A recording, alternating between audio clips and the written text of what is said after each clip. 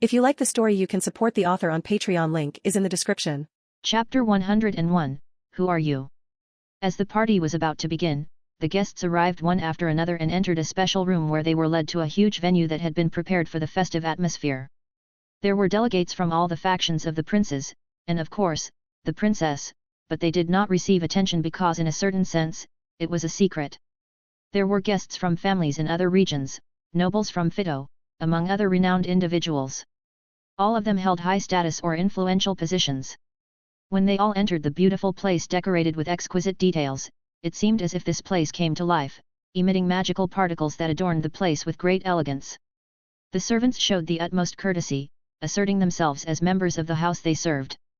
In addition to that, powerful guards were stationed throughout the Grey mansion, and the best part was that there were golden swords in the garden that shone harmoniously, exuding notable authority. It was a majestic sight, all created by Elijah himself, who had finally been hired by Gilgamesh. The 500 guests who had come from all over the kingdom represented the prestige, nobility, and power that Gilgamesh would overthrow when he became king. Gilgamesh's 9 most powerful spirits and guardians were alert with a strong sense of importance in this ceremony as they took up strategic positions to keep the place secure. They had to demonstrate that the guardian knights and the servants were not ordinary people either, that each of them could destroy an army if ordered to do so. Except for the apostles, no other man in this land can even hope to fight against Gilgamesh's summoned spirits. And since 2 apostles had recently died at the hands of Gilgamesh's people, security had been increased for this ceremony to prevent any unforeseen incidents. Meanwhile, Gilgamesh was witnessing this entire scene with sorrows. They stood on a balcony overlooking the courtyard. Aris's parents and Aris herself were seated at a large table, but to be honest, most of those who had come from outside were here to see the prince they had heard so much about. This must be your first banquet, right? Soros asked Gilgamesh without looking at him. Yes, this is the first ceremony I've attended. In fact, in this world, Gilgamesh had never attended an official event since he was born. He didn't go to 5-year-old parties, and when he turned 10, he didn't even show a desire to leave his room. Months later, he was kidnapped and woke up in this new world. Back then, every time a ceremony was held, Gilgamesh refused to participate, which is why he earned the title of the mysterious prince, the one who could change the tides and whom everyone had high expectations for, just as it was happening right now. I should apologize, even though I sincerely feel that this is natural because it's about me, I can't ignore the fact that this is your party, Aris. Gilgamesh couldn't feel bad about this fact, but he was perceptive enough to be aware of it. The way he believed he could remedy this was by giving Aris his full attention, which was more than enough to make her feel valued. There was no man in this room who could match his greatness, not even Rudius who lived in the past was fit to tie his shoelaces. However, Gilgamesh didn't express his feelings on the surface and simply waited for Soros's announcement that would shake the kingdom. As you know, this is much grander than what we would have normally done for Aris. Soros had shifted his attitude to a more serious one. I understand. My son decided to trust you, and I will support him with everything I have, plus I like the idea that your first wife as king will be my dear granddaughter. But you must know that if you plan to cleanse the entire kingdom, many will consider you the most audacious king of Azura. I'll be prepared for the repercussions, even if the whole world unites against us, they will fail miserably. Gilgamesh took a sip of a special wine that only he and Soros were drinking. Soros placed his hand on Gilgamesh's shoulder and said, even if others come to believe you're a bloody king, my son, Aris, they will all know that you only want to lay the foundation for a better, stronger, and educated civilization. Gilgamesh was taken aback by a man's words in this world for the first time. He had not been so close to anyone other than this family, who were either subordinates or servants, but these words certainly filled something in his heart. When will the cleansing of the Noto's family begin? Soros asked in a cold tone. When this place is raised, my shadows will pave the way for your son to take power in the Aris family. I will slowly dismantle my brother's faction, and after that, the same will naturally happen in the other regions, Gilgamesh said emotionlessly. Gilgamesh knew he didn't need to mince his words. Soros understood this, although he would certainly have preferred it to be done differently. There are so many branches of his family that such a cleansing, as Gilgamesh suggested, is necessary. If he hadn't considered it, they might have also perished without being able to lift a sword in defense of their lives. What bothers me are the other kingdoms.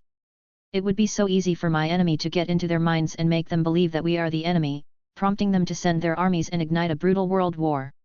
Although I will avoid this as soon as possible here, I cannot interfere elsewhere, Gilgamesh expressed some of his concerns. Soros maintained a harmonious smile and said, but I'm sure you'd take care of it, those new servants are more powerful than a damn sword emperor. I can be certain they are sword gods in the special technique you taught Aris.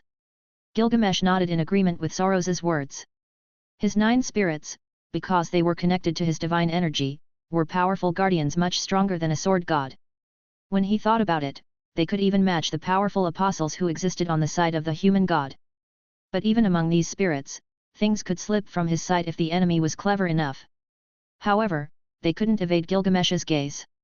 The only reason these smiling swine were invited is because they want to know what I'm doing in this place. What is a prince doing here?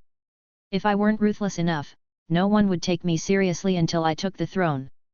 Hiding is my thing. Gilgamesh could see the truth of those who lie, their past and future, what will happen now and later, but he liked not using that ability on inferior beings because it made things more interesting. Well, let's begin. Soros smiled at this and took a step forward to say a few words. Chapter 102, The ceremony begins. The guests have almost arrived. Under the dark evening sky, countless magical lights eventually illuminated the surroundings beyond the original location where Aris Grere's 10-year ceremony was taking place. Beyond the gates, there was a settlement where the attendants who came with the guests stayed, all of them eating and resting.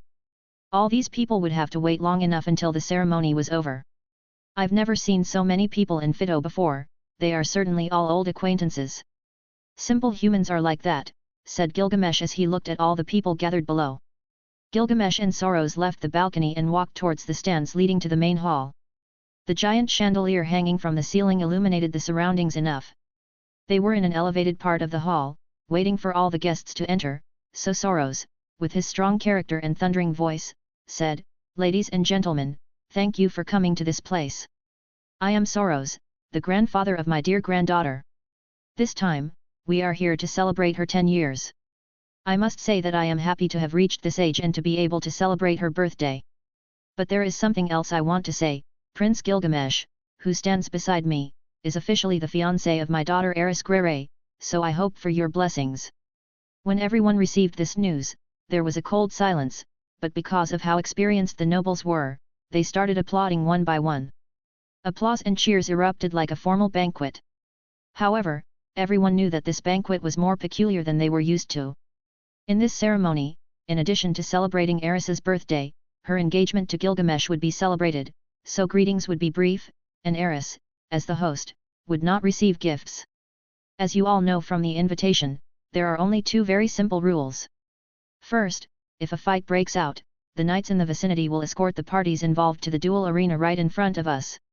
Second, the challenger must accept defeat, and the victor must show mercy. Do not forget that this is a ceremony. The nobles secretly called this ceremony one made by the Red Prince. It was normal for there to be bloodshed here, after all, it wouldn't be considered normal considering Gilgamesh's history.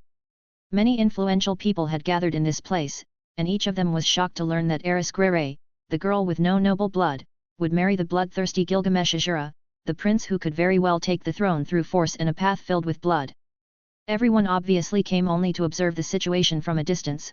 None were so foolish as to challenge someone as simple nobles. Perhaps that was the message Prince Gilgamesh wanted to send, telling everyone that they were nobody, the strength in the blood of the nobles should be strong and lead through power, but very few understood that message. The only rule in this place was not to kill and to accept duels. Some found it a pity not to be able to kill their enemies if a situation like this arose, but it was still satisfying for the winner to trample their enemies in front of influential faces. The loser had to admit that they were weaker and inferior, which was very satisfying for those who dared to challenge someone. When this was announced, Gilgamesh looked at Rudius, sitting at a table next to Ghislaine, who was drinking and looking around. He had only seen Rudius's past since, upon learning that he was a reincarnate, he wanted to find out without any ability to see the future what this young boy would do. When the speech ended, Gilgamesh planned to head directly to where Aris was, as if he had little or no consideration for the people around him. He was the future king of this kingdom, so he should not seek the approval of the people gathered here. What others had to do was make an effort to come and speak with him. Gilgamesh took a glass of wine from a tray carried by one of the working servants. This wine was the finest in the kingdom, but he didn't quite like the taste. "Haha, I must congratulate you on this engagement, Prince Gilgamesh. The first to approach him in an attempt to get to Aris's table was a young man no taller than him. I accept your congratulations as a blessing for my engagement to flourish. When Gilgamesh received the congratulations, his indifferent eyes told this young man to leave his sight if he had nothing more to say. Then, I'll take my leave, Prince Gilgamesh, said the young man awkwardly as he moved away from his side. Creating a connection, friendship, or any kind of relationship is important for nobles. They try to send their children as if they were relevant, but in Gilgamesh's eyes, they don't deserve even a few minutes of his attention.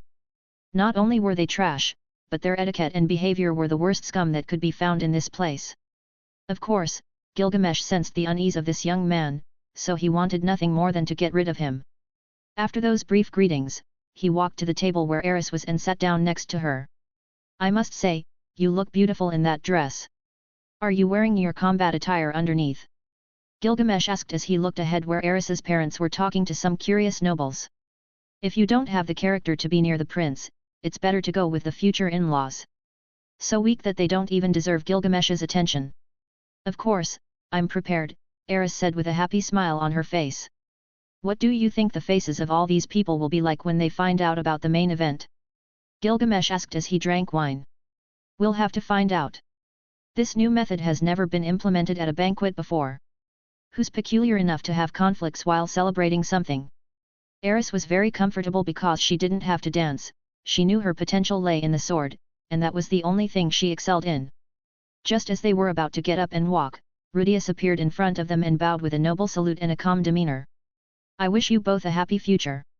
If your desire is to be together, fate will smile upon you both, said Rudius, offering his congratulations on Gilgamesh's official engagement to Aris.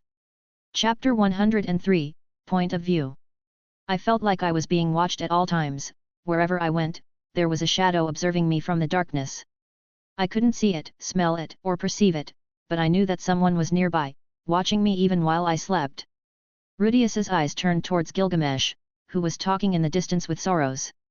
He thought that this prince was just like him but with completely different circumstances.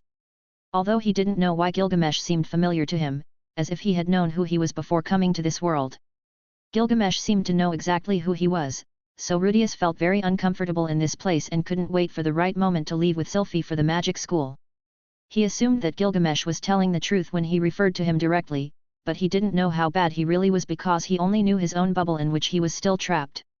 Rudius envied Gilgamesh, who was only a few years older than him but excelled in everything he did. Needless to say, when it came to the sword, he probably had no rival in the whole world if he waited a few more years. On the other hand, Rudius was good at magic, but most of his talent was credited to the fact that he understood certain factors of that power because he was a reincarnate in this world. If he ever stood out in this place, it was mainly because he was more aware of his surroundings at an early age. As for Gilgamesh, he seemed to have everything around him. He was engaged to Aris, who would be beautiful in the future, and he was most likely to become the next king of the Azura kingdom. Everything seemed so easy for him, while Rudius was still immersed in absolute darkness. He had a lot to learn, too many things to see, and new emotions to feel. He was just an adult trapped in a child's body, someone who needed help quickly to get out of that darkness and live in the present, not in the past. However, Rudius couldn't stop thinking about Gilgamesh and what that god had told him. If he let the next king of the Azura kingdom become the ruler of this realm, seas of blood would rise worldwide, and millions would die. He must be lying for sure, there would be no possibility of starting another large-scale war. Rudius murmured this as he ate his blackberry tart. That being called Hitagami appeared to him at the age of 6, after he asked his father how to get a job to start making money. At that moment, that terrifying dream invaded him, and he introduced himself as the human god, called Hitagami. This man spoke to him about a red prince, a young man who, like him, was a reincarnate from another world. Unlike his situation, he arrived 6 years later than his reincarnation, so it's easy to think that Gilgamesh had incarnated into the body of the fourth prince.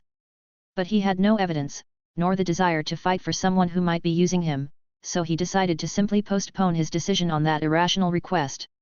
He couldn't trust Hitagami, that being and the attitude surrounding him made it more than obvious that he wanted to control him.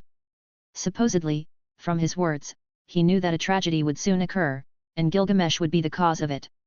The following months turned into peaceful days. He taught magic to Aris alongside Ghislaine and learned magic himself.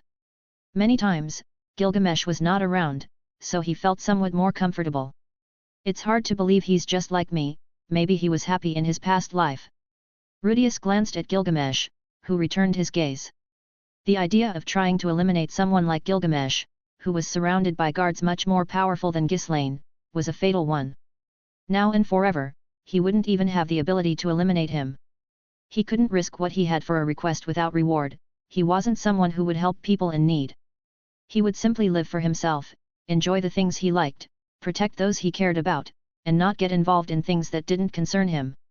Impossible, I'm definitely out.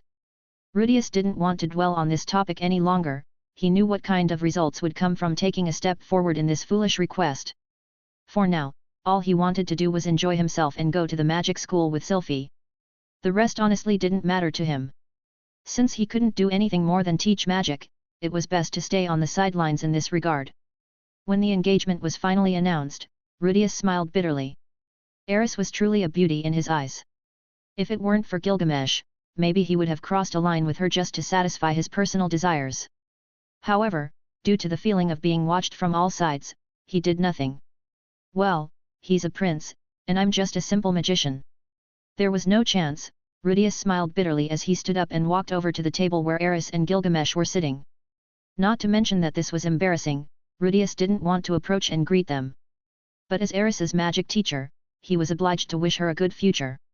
When people approached them, Rudius stood firm and, with his hand on his chest, bowed respectfully. I wish you both a happy future. If your desire is to be together, destiny will smile upon you both. This congratulation was embarrassing, but he could only resort to beautiful and philosophical words to make a simple yet profound impression. At least, Rudius thought it sounded good. Among all possible endings, he wished to never be an enemy of Gilgamesh, and on the other hand, to try to get to know him. After all, he had threatened him first. Rudius knew that his mental age was much higher than Aris's, so it would be very wrong to cross a certain line with her. Moreover, if someone else in his situation approached Sylphie, his reaction would be very similar. Still, as someone understanding, he let this pass and, instead, took the first step to have a different kind of approach with Gilgamesh. Chapter 104, A Simple Moggerel. He's being different, something I didn't expect among all the things that could happen, thought Gilgamesh as he looked at Rudius and replied, I appreciate your congratulations. You can sit at this table since you are Aris's magic teacher, she would be happy to have you with us. Aris, who had been silent, nodded and said, Of course, you can sit with us. I don't understand why you weren't here from the beginning. Embarrassed, Rudius replied, No, I'd rather stay with Ghislaine. You have many people to talk to, so I'll step aside not to take up your time. That's right. Well, we can talk later once this is over, Aris smiled as she bid farewell to Rudius, who returned to his table. Interesting. Gilgamesh murmured with a hint of curiosity about this new stance of Rudius, who had been reserved from the start. Thanks to Aris, after Gilgamesh met her, his attitude, for some reason, had become much calmer. As if a great volcano had slowly cooled down, all that fierceness in his demeanor had been contained for some reason known only to them. Once Gilgamesh and Aris stood up, the guests began to approach them one by one. Due to Aris's presence, the guests had learned that Gilgamesh was not as cold and distant as when he was alone. Many of the nobles in this place had seen and studied the prince's attitude, and they understood that he was calmer after meeting Aris. Pleased to meet you, I am Richard Brown from the Centaur Merchants Group. A pleasure to meet you, Mr. Brown. Is the atmosphere to your liking? Gilgamesh took care to respond to each guest as Aris had asked him to. Haha, we rushed to this place as fast as we could after receiving the invitation. It was a surprise to see Prince Gilgamesh participating in a ceremony, so we were intrigued and decided to come and see. Of course, also to celebrate the birthday of your fiancé, Aris Grere. Oh, then I must thank you for your consideration. Many in this place must be confused about what is happening, but they have nothing to worry about because since I arrived in this city, I found Miss Aris by my side, and I can say it was destiny. Gilgamesh smiled broadly after feeling slender hands trying to pinch his waist. However, since his body was always in its best condition, it was very difficult for her to succeed. Idiot! Aris muttered, wanting to leave this place because of embarrassment. Did he really become interested in her that day? She couldn't believe it, his behavior that day was very aggressive. Wait, does Gilgamesh like her being that aggressive? Aris let her imagination run wild as she discovered something that perhaps pleased Gilgamesh, but he didn't even acknowledge it. In this way, one after another, they became encouraged to greet Prince Gilgamesh and the lucky Aris, who seemed to be on par with her fiancé according to the rumors about her. Haha, so you're Prince Gilgamesh. I was very curious to know who the prince was who managed to kill a sword king at such a young age. Well, I'm also a sword king, and I don't understand how someone like you could have defeated an old man. Well, pleased to meet you, my name is Hugo. Hugo didn't reveal his last name because he didn't have one. He represented a large travel protection trade group. Their reputation was great because they could safeguard any valuable items from being stolen during transportation. Perhaps it was because he believed it was impossible for Gilgamesh to have defeated a sword king, or maybe he had some other intention, but Hugo seemed to forget that he was in the presence of Gilgamesh at his fiancée's celebration. And so, Gilgamesh smiled as he sought the man's gaze before him. Oh, yes, I can respect your own opinion, you simple Moggerel. The air suddenly turned cold, spreading a simple but oppressive atmosphere around, and many who noticed this began to speak in hushed tones. Hugo's laughter and enthusiasm disappeared upon seeing Gilgamesh's gaze. Aris, on the side, furrowed her brows and said, an idiotic Moggerel who doesn't know his place at this celebration. It seems the drink had a higher alcohol concentration than expected, so it's understandable for someone who can't handle alcohol to become a fool. I suggest you take a walk. If you're still dissatisfied, we could test those doubts you have on that fighting platform right in front of all the nobles in this place. Gilgamesh patted Aris's back and said, I wouldn't want to spill your blood on this important day for Aris. Hugo felt the impending death, so he shook his head and said, I beg your pardon, Prince Gilgamesh. I was wrong, and I deeply apologize. Gilgamesh might have already killed him, but Aris was by his side, and maybe that scene wouldn't have looked good on such a special day. She had handled it, so she said, very well then, disappear from our sight. Yes. If Aris had let things escalate, she knew what would happen next, and it wouldn't be good. Therefore, she decided to let it go for now since they could settle this matter later. Gilgamesh smiled and asked Aris, do you want to start tonight's event? Do you want to do it already? Aris became very excited at the thought of having a duel as the main event of the night instead of a simple dance. Of course, you're the queen in this place. Chapter 105, Aris's Gift. Tick-tock. Gilgamesh made a sharp sound with his wine glass, drawing the attention of everyone around. His gaze turned dignified as he spoke, Dear guests, I interrupt your conversations for something very special that I have prepared for Aris, my fiancé.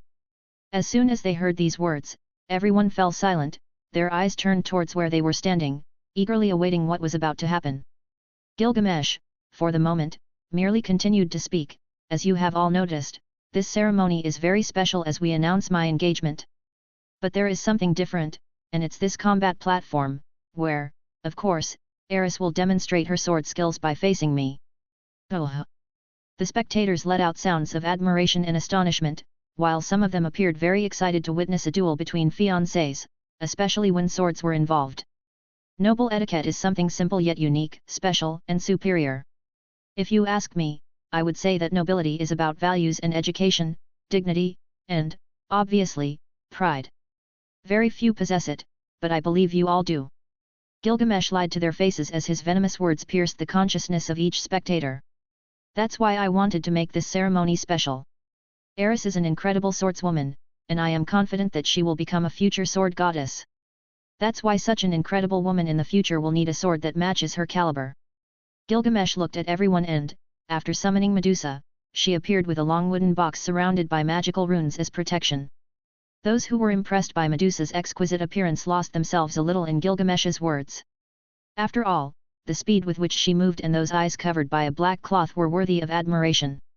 This sword is special, containing within it an immensely destructive power, and I can say with complete certainty that it is unparalleled among slim swords. Gilgamesh opened the wooden box, and at that moment, a scarlet sword was revealed to the captivated audience. Gilgamesh's red sword is a visually stunning work of art. Its blade, an intense red like blood, appears to be made of an unknown material that mysteriously gleams. Along the length of the blade, there are relief engravings of ancient runic symbols that seem to come to life when the weapon is wielded. The sword's hilt is forged from a dark, polished metal that contrasts impressively with the red blade. On the pommel, an embedded crystal shines with a radiance similar to that of a ruby, emitting that same red aura when the sword is held by its intended owner. When the sword is unsheathed, the gleam of the edge and the glow of the crystal on the pommel come together in a display of supernatural power. Anyone can see it. This sword is an unmatched jewel in both beauty and lethality, capable of capturing the imagination of anyone privileged enough to see it. My gift, Aris, this sword will accompany you for the rest of your life. One of my most beautiful and special swords, as it can only be wielded by a woman and thus unleash all its power. Gilgamesh had prepared this gift for weeks. He had wanted to find a dragon, but he discovered that those lizards couldn't be tamed so easily. Of course, he had considered other aspects such as feeding and maintenance. Undoubtedly, having such a large beast was not something a child could take care of, especially with the events that were about to unfold. This sword is absolutely beautiful. Aris held it with her right hand, and unlike its appearance, it weighed nothing. At the same time, the mysterious strength that filled her body somehow told her that the sword in her hands was very special and mysterious. It has very mysterious powers and is an unparalleled treasure. I will teach you to control it completely in the coming months, said Gilgamesh as he looked at Aris's excited smile. Are you ready to try it out? Upon hearing this question, Aris nodded and sheathed her sword in the exquisite scabbard. This sword was held by Medusa, who was by her side, and with a wave of her hand, Aris's dress was cut into many pieces. Unbelievable! What is she doing? Many didn't understand what was happening, but when the clothing under Aris's dress was revealed, everyone understood that this had been prepared in advance, and the combat they had been talking about would happen without having to make any prior preparations. Aris's training clothes, which she always wore underneath her dress, were there, so after getting rid of that annoying dress, she stretched comfortably. Her sheathed sword was immediately adjusted by Medusa, who had given her the sword. In just a few moments, she was ready to give a demonstration in a battle with Gilgamesh. On his side, Gilgamesh held a simple sword of the same size as Aris's and prepared to put on a great show. Compared to a boring dance, this was much better for both him and Aris, who was the host of this ceremony. Don't hold back, Aris, there will be a barrier to protect the guests, so there won't be any problems with collateral damage, said Gilgamesh, smiling arrogantly. You're as confident as ever. If you keep that up when facing me, someday you'll lose, Aris smiled excitedly about this battle.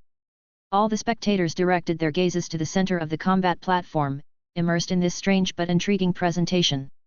Some wanted to see how strong Aris Grere was, and others wanted to know what Gilgamesh's fighting style was like, as he claimed to be the strongest.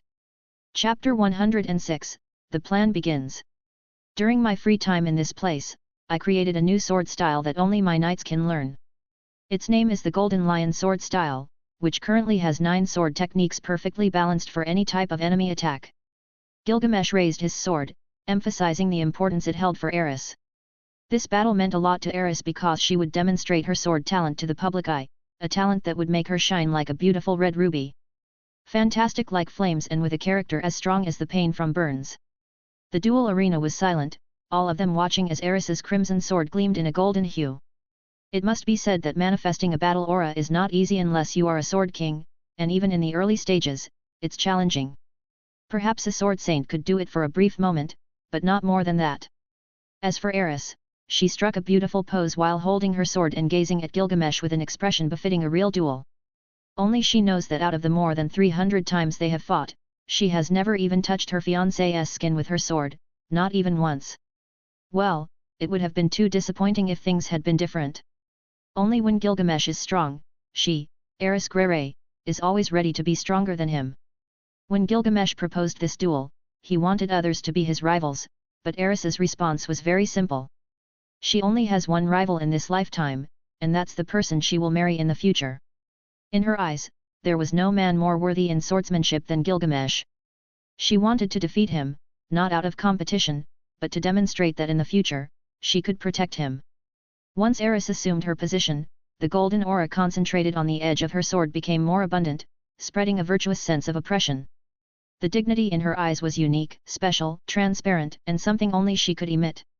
No restrictions, my dear Aris.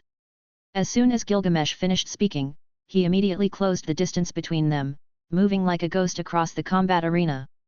He planned to dominate Aris with his physical strength, just as he always had. Boom!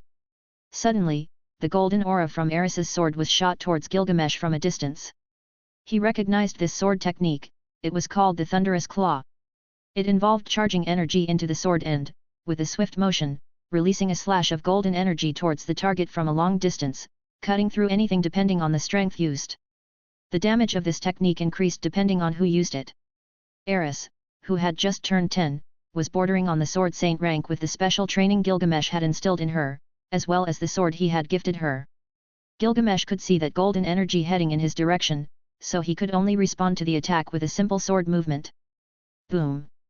Gilgamesh's sword clashed against that attack, and in a matter of seconds, Aris had appeared by his side like a curtain of smoke, moving her sword towards his shoulder. However, Gilgamesh shifted a few degrees to the left, and his sword countered Aris's. If Gilgamesh hadn't blocked that attack, he would have received a severe wound on his left hand. Your strength has certainly increased a lot with that sword, Gilgamesh thought as he looked at Aris's serious face. Most people would have become distracted after receiving this combination of attacks, but that wasn't the case with Gilgamesh. Boom!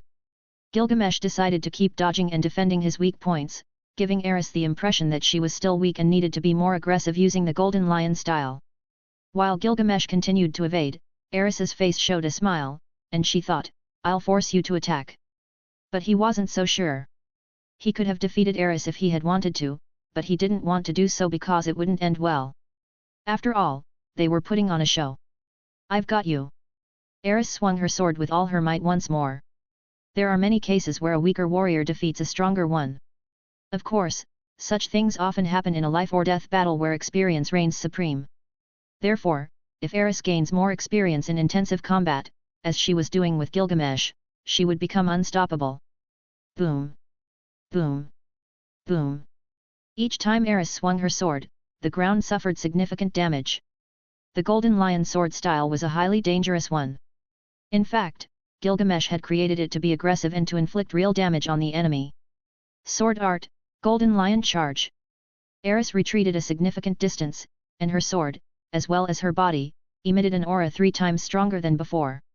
Gilgamesh became serious and said, "I didn't expect you to use that technique, knowing how powerful it is and how little control you have over it. But I'm sure this time it will be a success." "Of course." Aris shouted as she covered dozens of meters in a second, and her sword clashed forcefully with Gilgamesh's. Boom! The spectators were paralyzed by the fight Aris Grere was putting up. This girl who seemed to only know how to swing a sword was as strong as a sword saint. This sword style completely surpassed any they had seen before, there was no comparison. If a child could unleash that power in each of her attacks, they couldn't imagine what an adult could do. That's impressive. Chapter 107, Aris's Stance. When the dust finally cleared, Gilgamesh stood tall with his sword raised while Aris tried to push forward with all her might. Faster and more brutal.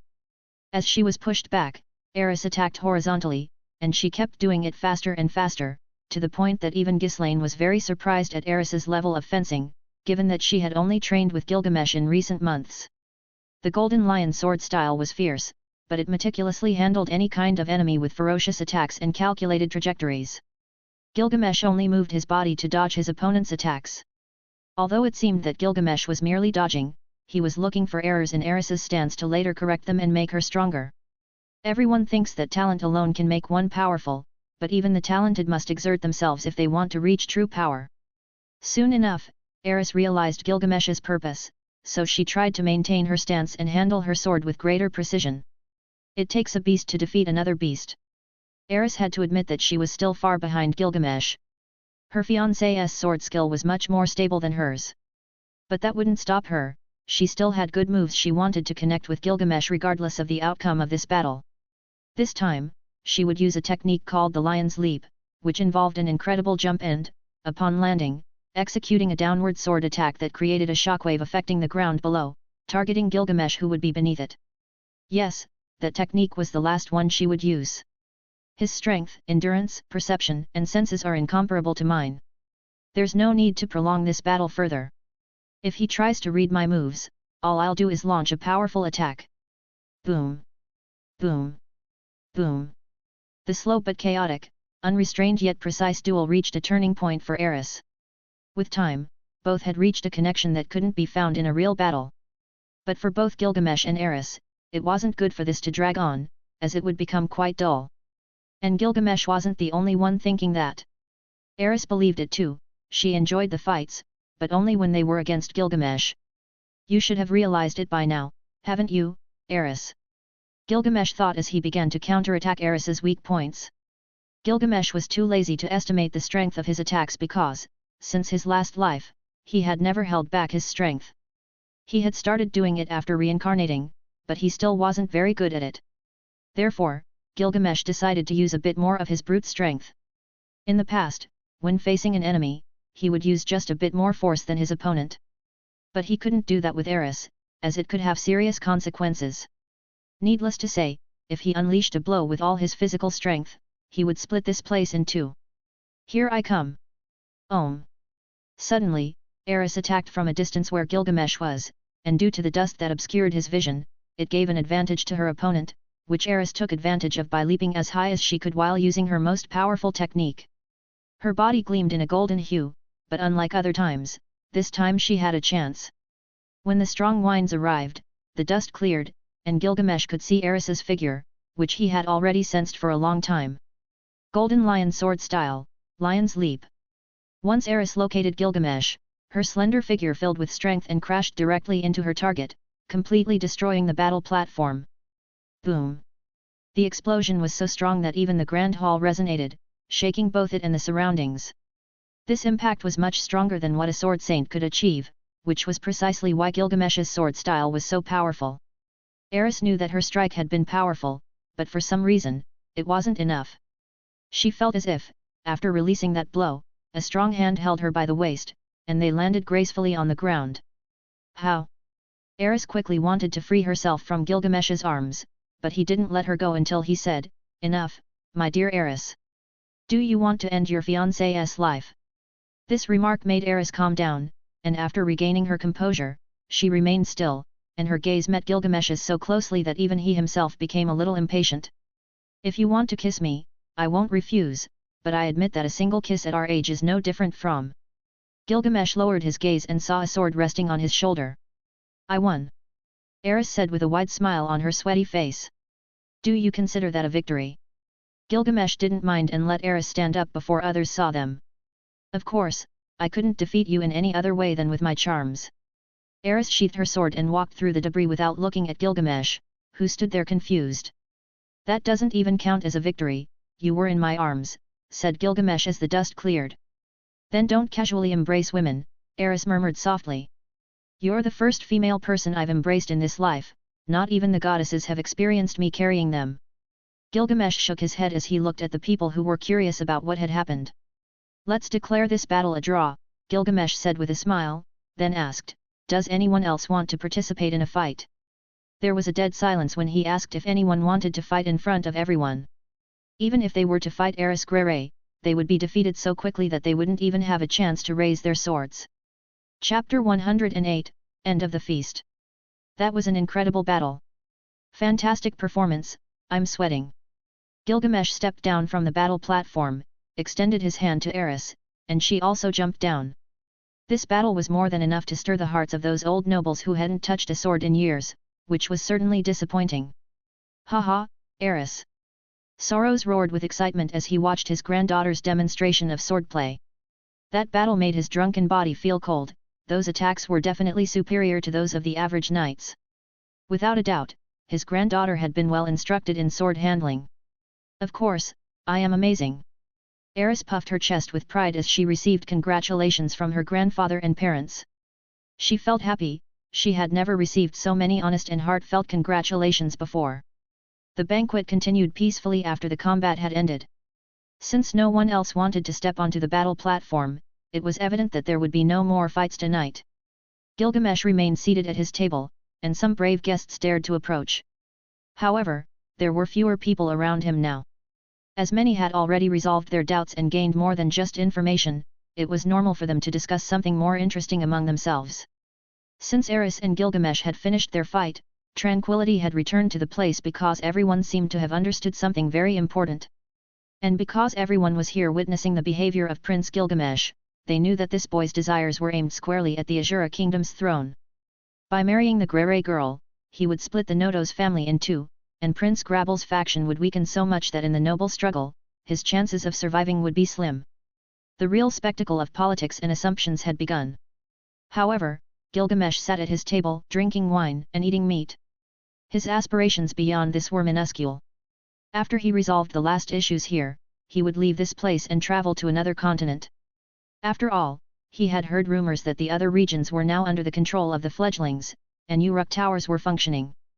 As long as his power was spread throughout the kingdom, there would be no one who could escape the great purge that was about to hit this realm.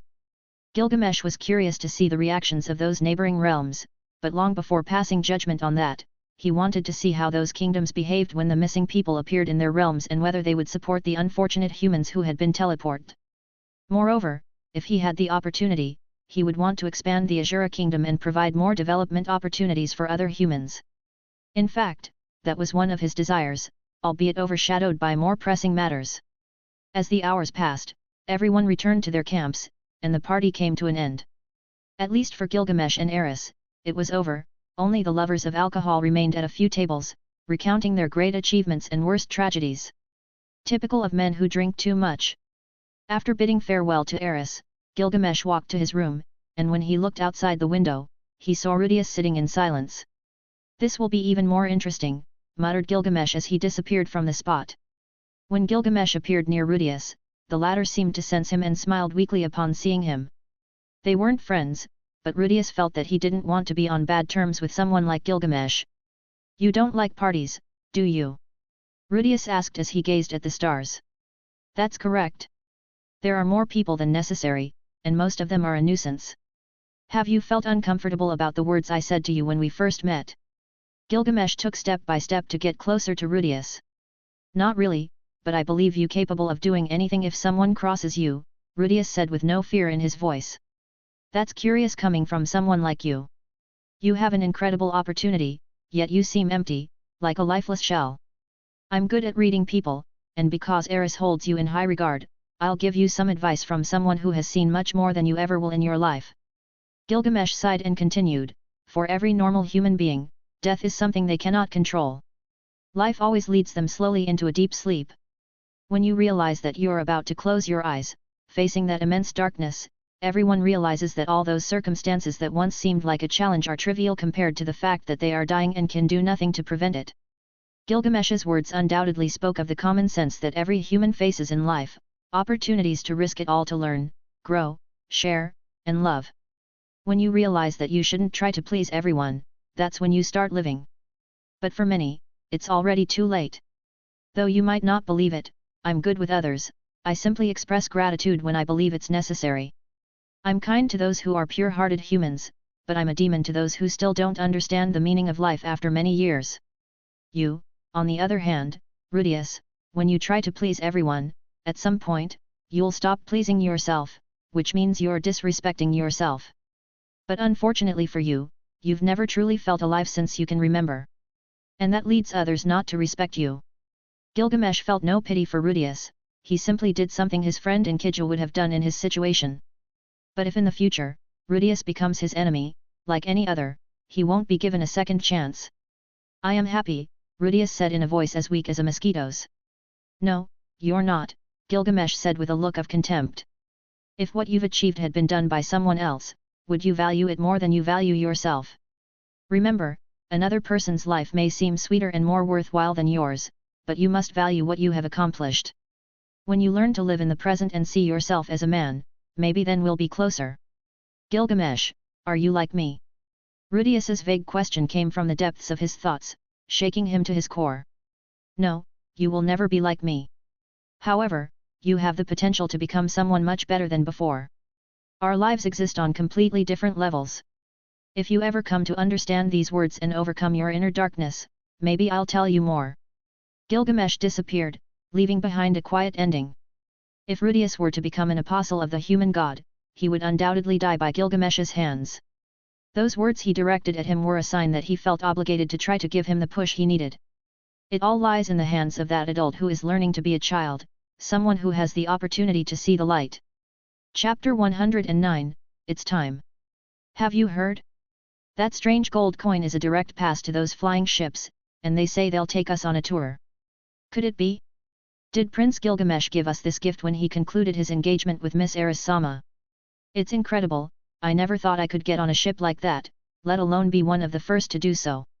I still believe that of all the princes, Gilgamesh is the one who has made himself the most known. Is that happening in a few days? Yes, even the feudal lords will visit that place with us. This is incredible. However, I heard that not everyone has that kind of opportunity. That's true, I heard some even sold their coin for a high price to get some money. I won't sell mine. This is a once-in-a-lifetime opportunity, so I'm going to get on that flying ship. Money doesn't matter, I won't become rich, and even if I do, what will happen if I die the next day? Rumors were spreading, and the news not only shook the city of Roa but also other nobles in neighboring cities. Obviously, everyone was interested in these flying ships since they had completely disrupted the distribution business throughout the kingdom. It was said that the owner of the Uruk Tower, which distributed these beautiful means of transportation, had never been known before. If these types of ships were to spread to all continents, numerous businesses would be ruined, such as seafaring.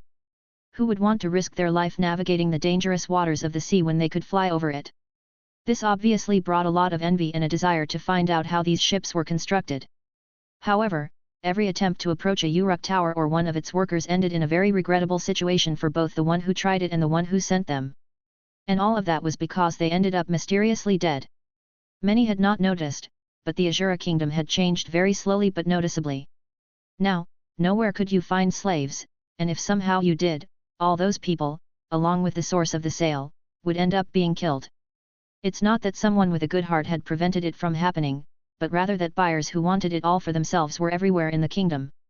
The only feasible way now for others was to travel to another kingdom and buy slaves from there, then return to the Azura kingdom with those slaves. But this method was slowly becoming more complicated over the months because these men in black would appear, and if you were found by them, you would die in the worst possible way. The forces of Uruk were becoming so powerful that they now enjoyed thousands of warriors and hundreds of thousands of workers, distributors, administrators, researchers, and many other jobs that did not come to light. The illegal network was controlled by the Pishans, led by Simon, while all the warriors who passed the test were accepted under the wing of Uruk's warriors. Needless to say, there were thousands of Sword King warriors, hundreds of Sword Emperors, and dozens of Sword Gods. The blood ritual Gilgamesh used on the most talented was so effective that it could expand his power further if he wished, but only those who chose to take up his sword became worthy of that baptism of blood. As for the mages, there were methods to expand their perception of magic, intuition, magic reserves, and their talent to manipulate it. However, their growth was much slower than that of Aura warriors. Swordsmen were the best weapon currently in the hands of Gilgamesh on a global scale. On the other hand, businesses were the source of Gilgamesh's wealth. New methods of gambling, betting, incredible battles in the Colosseums, restaurants with never-before-seen cuisine, modern clothing, new inventions, new jewelry, and magical accessories, all sorts of small things brought great fortune to Gilgamesh, and thanks to his blessing, every business was a resounding success. Those auction houses knew they would be slowly consumed, and in the end, they decided to sell their monopoly to the Black Pearl auction house, gradually taking complete control. The loyalty contract enforced by Gilgamesh was the main source of success for his businesses, but what truly flourished in the hearts of those who followed him was their love for life.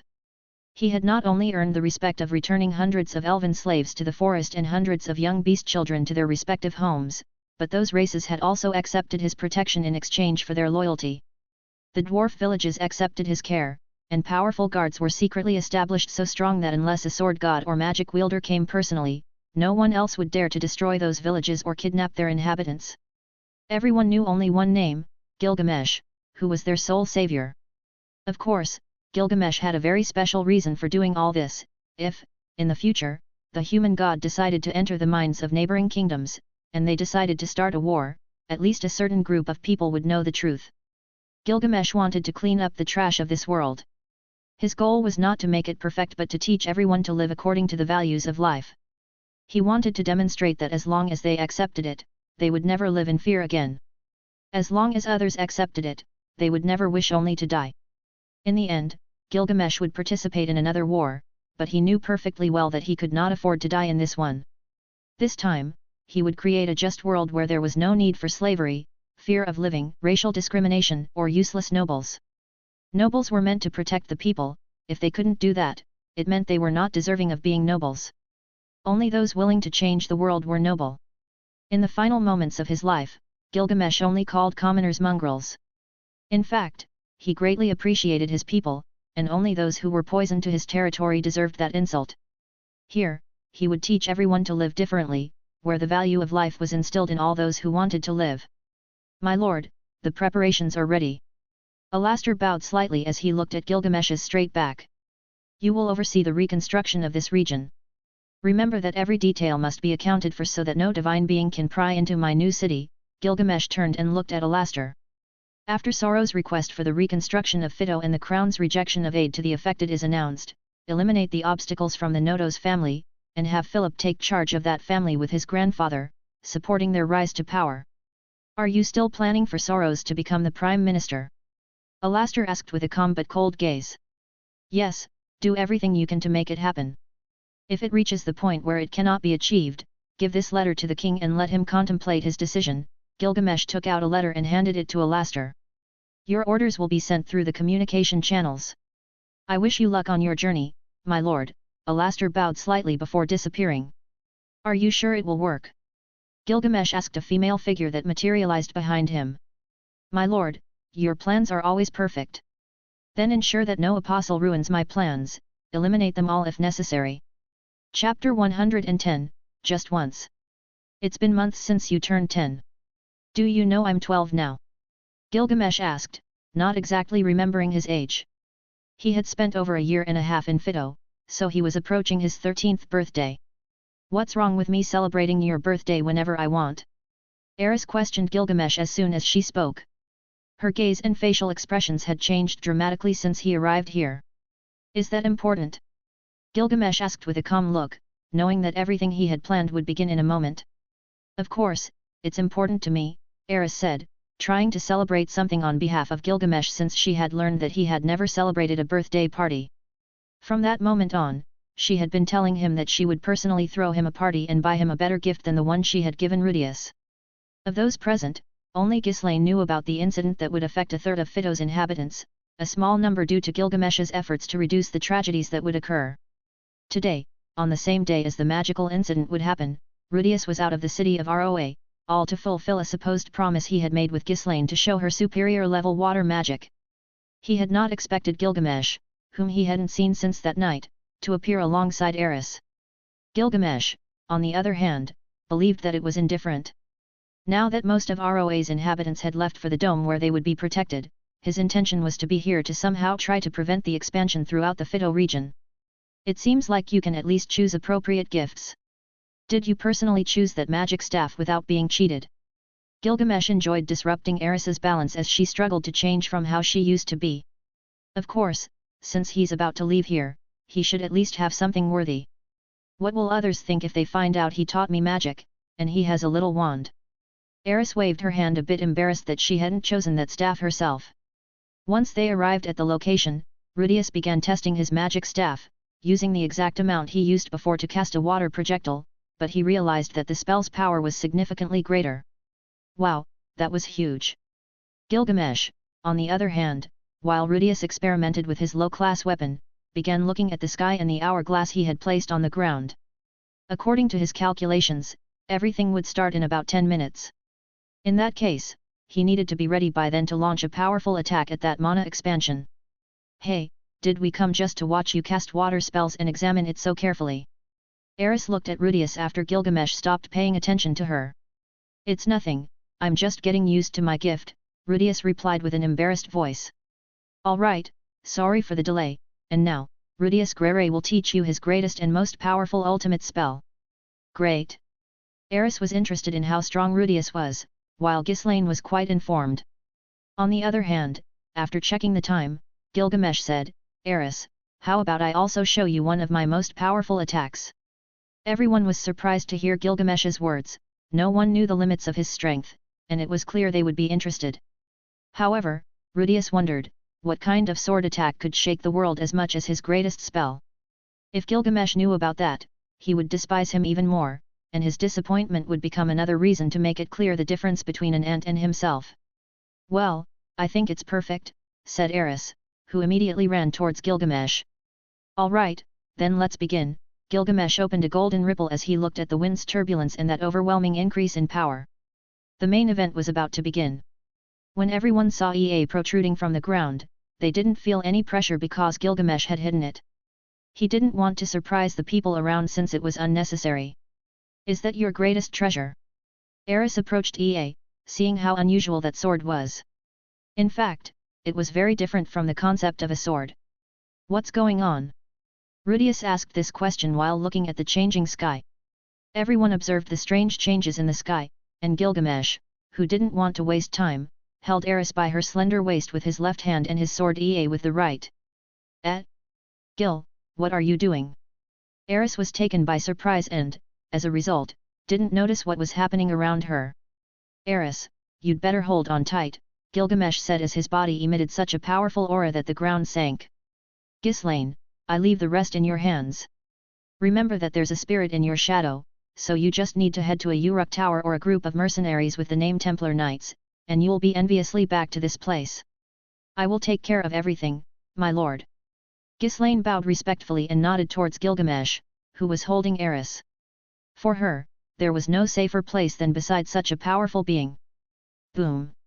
When Rudius was about to ask what was happening, Gilgamesh flew towards that concentration of mana being released at a terrifying speed, and Aris, who knew he was flying, hugged Gilgamesh tightly, wrapping her arms around his neck and her legs around his waist. Right now, Gilgamesh measured over 1 meter 40 centimeters, his height matching that of an average 15-year-old boy. Although he had stopped using blood rituals to accelerate his growth, his body had been maturing at a very abnormal rate on its own. In the sky, Gilgamesh stroked Aris's back and said, "Open your eyes, don't be afraid, nothing can happen to you as long as you're with me." Gilgamesh's words made Aris open her eyes, and seeing that they were at a height, her heart began to race, and she asked, "Why are we flying?" "I'm sorry, but if I didn't include you in this, I was sure you wouldn't forgive me. Today we're about to embark on our adventure, didn't you ask me?" Gilgamesh asked with a gentle voice as his sword began to spin, and red marks appeared on his body. "Everyone will be fine, your parents are in a safe place, and I will take care of you. You just need to know that something inevitable had to happen, I'll tell you after this is over." As he said this, Gilgamesh saw the colors of the sky start to change to strange shades, mainly mixes of purple and grey. Boom!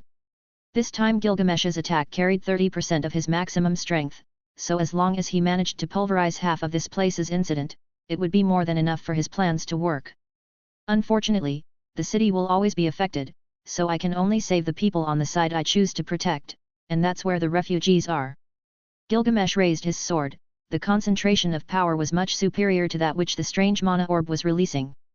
Gilgamesh knew that if he used all his power, not only would he completely destroy this incident, but there would also be a hole in space large enough to destroy the entire Azura kingdom.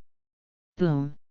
Gilgamesh, who believed it was enough, pointed his sword at the target, smiled indifferently, and murmured, "Enuma Elish." As if the sky were shaken, the mana concentration also exploded, and the two powerful energies collided, creating a powerful atmosphere that made those present believe it was the end of the world. The ferocious waves of mana couldn't penetrate Gilgamesh's attack, so half of the damage that would have befallen the Ctto region had been successfully halted by his attack. By the time Gilgamesh realized this, a magical current began teleporting him to a completely different place. "How far will it be from this place?" Gilgamesh asked, stopping in space. In fact, if he didn't want to be taken to another place, he could easily avoid it, but he wanted to visit other places before returning to Ctto. Well, let's go. Chapter 111, From Another Perspective. My name is Elijah, and my life changed when I met who would become my future lord, to whom I would swear eternal loyalty. Elijah, aboard a magical ship floating among the clouds, headed towards the dome that hid a mini-city within it. If all went well, the magical explosion would occur in a few minutes. "My lord, I wish you the best of luck." After getting to know Gilgamesh, he realized how different he was from the rumors about the Red Prince.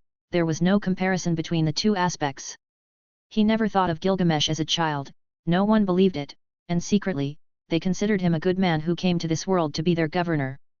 It was natural to the sense of things, only those who had met the true Gilgamesh had the right to bow before him. And as if luck smiled upon him for the first time in his life, Elijah was taken in by the one who was now his lord. "Look, those are the clouds." A child pulled Elijah out of his thoughts, and he smiled as this group of children was the last to be directed to the dome.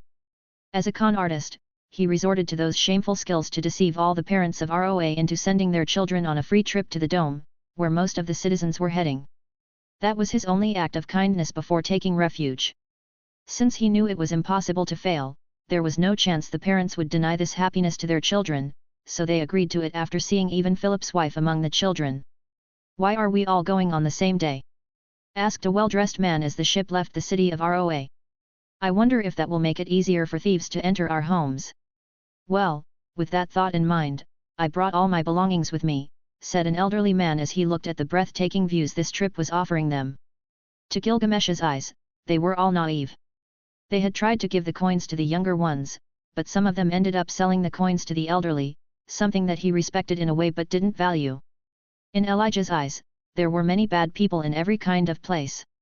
Having grown up on the streets, he knew perfectly well the kind of people one could find in each place. Rich people complain about the poor, those with a middle-class life complain about the rich, but they commit the same sins toward the less fortunate, and those at the bottom aspire to be rich but hate those living a middle-class lifestyle, Elijah thought with a stern look. Humans are complicated, and he wasn't here to understand them. He simply did what he was ordered to do and aspired to be much better than his previous version. "These ships have been loaned to us by the Uruk Tower to showcase their new method of product distribution, something much more effective and revolutionary for our terrestrial systems." Elijah walked ahead of the children and explained some things that might interest them slowly. "And how do they fly, sir?" asked a brave child who was being encouraged by his friends. "Well, that's thanks to magic and runes." Elijah looked up at the sky and said, "Magic can be used in many effective ways, and this is one of them. With manipulation and air magic, the ships can fly at a speed greater than that of a horse running at full power but infinitely.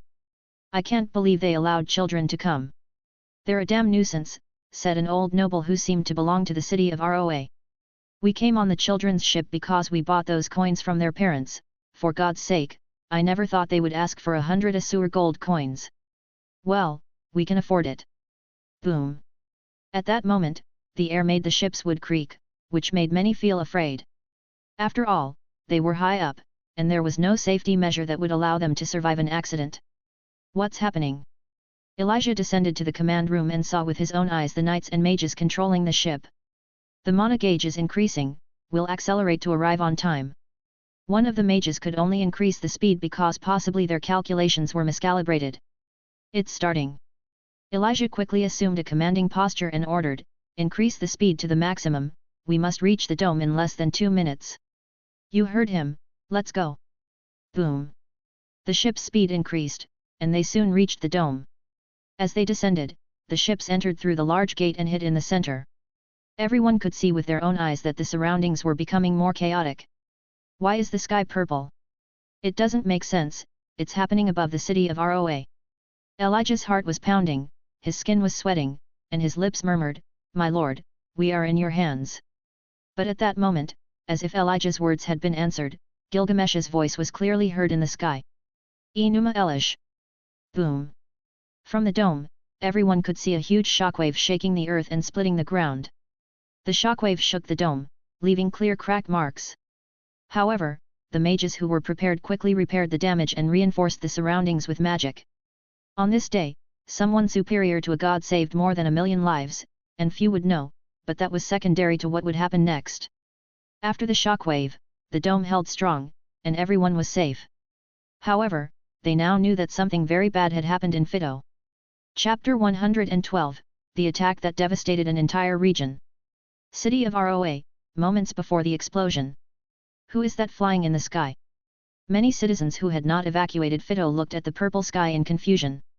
No one understood what was happening with the sky, and seeing someone flying had left them very puzzled. "Alex! Run, Alex!" If one wasn't dreaming, they couldn't ignore what was happening in the sky and what was about to happen to the entire city. It was chaotic. For those more immersed in survival instincts, they knew that something bad was happening, and with greater understanding, they needed to get out of the city as soon as possible. A baker woman woke up her younger brother, named Alex, to get both of them out of the city as soon as possible. She lifted her younger brother, and when they stepped outside, they saw what was happening in the sky. "What's happening, sister?" Alex asked, confused, as he looked at the purple sky and red lightning. I have a rough idea, but I don't know how to explain it, so just follow me without asking questions. Her name was Alice, and she had had a very strange dream. When she woke up, she realized that she had passed out in the middle of the road. What she saw was terrifying, so all she wanted to do was find her younger brother and get out of this place as soon as possible. "Dear Alice, where are you rushing to?" a sturdy old man asked his neighbor. "If you want to live, follow us and run as fast as you can. We need to get out of this part of the city if we want to survive." Alice didn't have time to stop, so she kept running. She didn't have time to explain, she just wanted to get out of the location she was in, or she would definitely die. At least her younger brother Alex should survive, but the chances of that happening without hurrying were slim, and she knew it.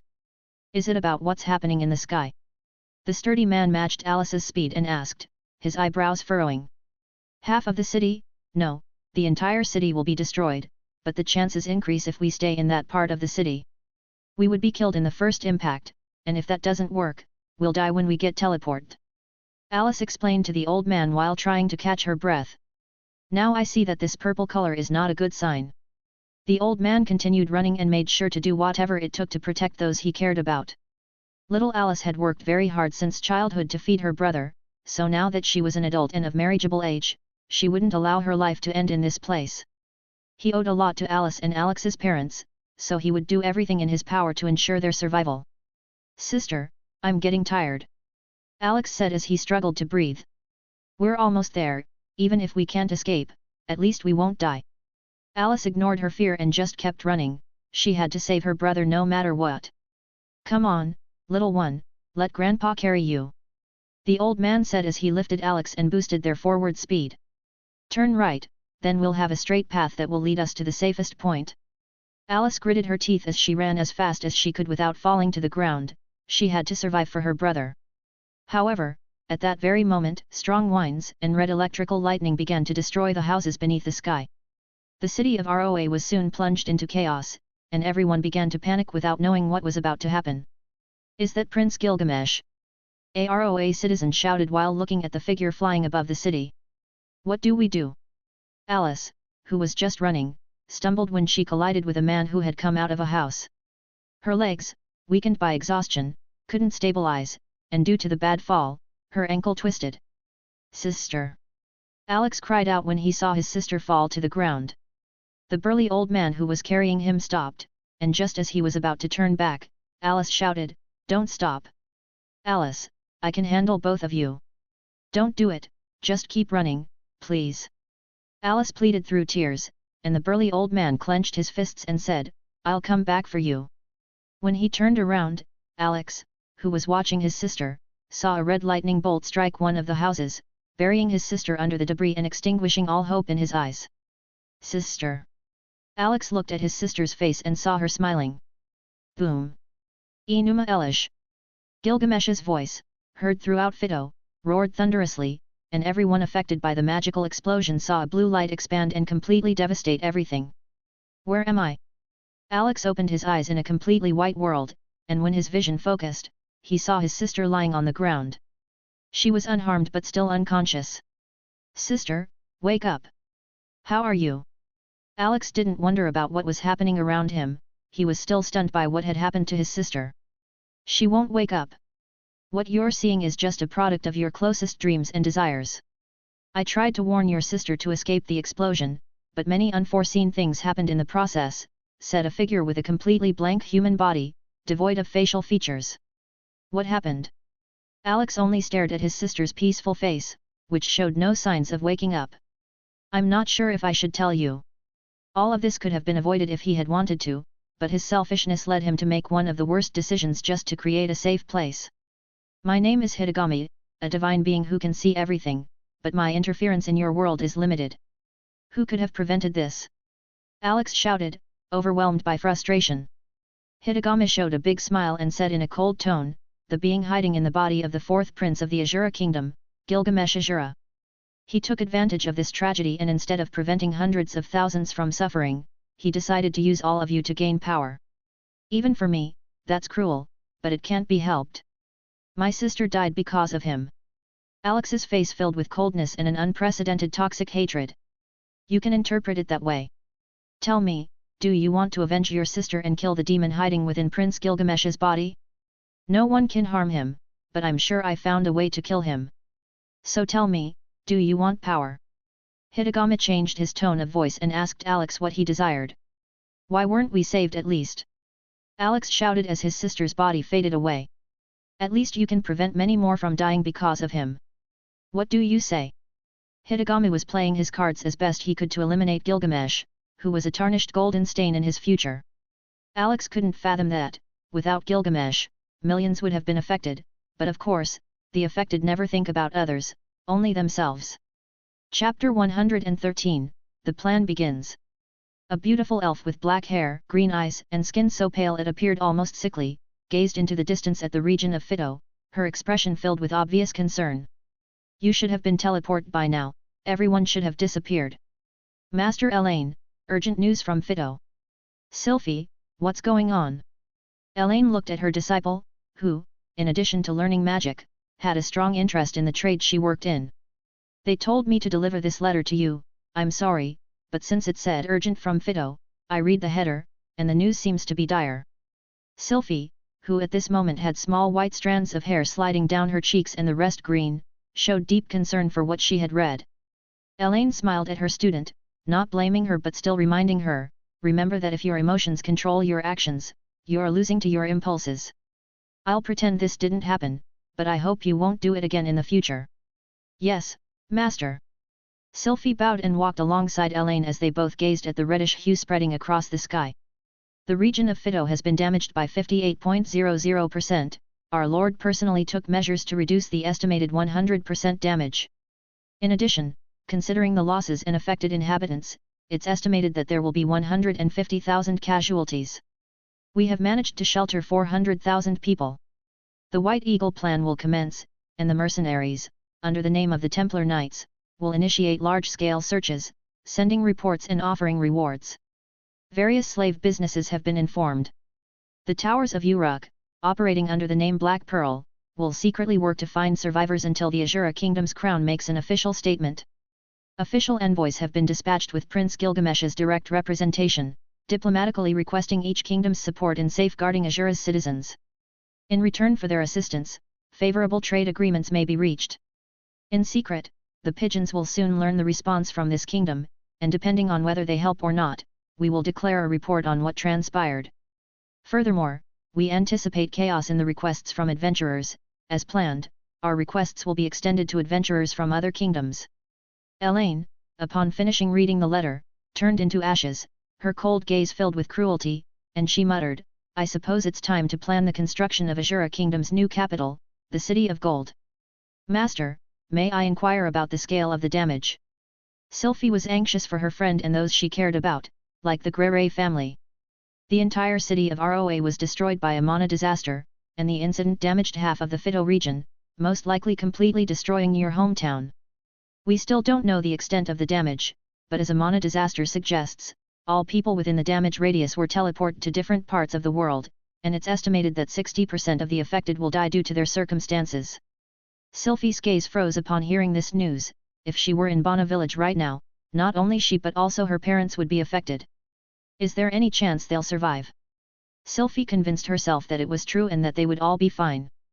Elaine, seeing her student's state, said, 2 out of 10 people will survive, although that 60% translates to 6 out of 10, and that's in the best case scenario right after being teleported. Some fall into the sea, others from heights even mighty beasts wouldn't survive, and others are sent to regions where even powerful knights would find it difficult to return.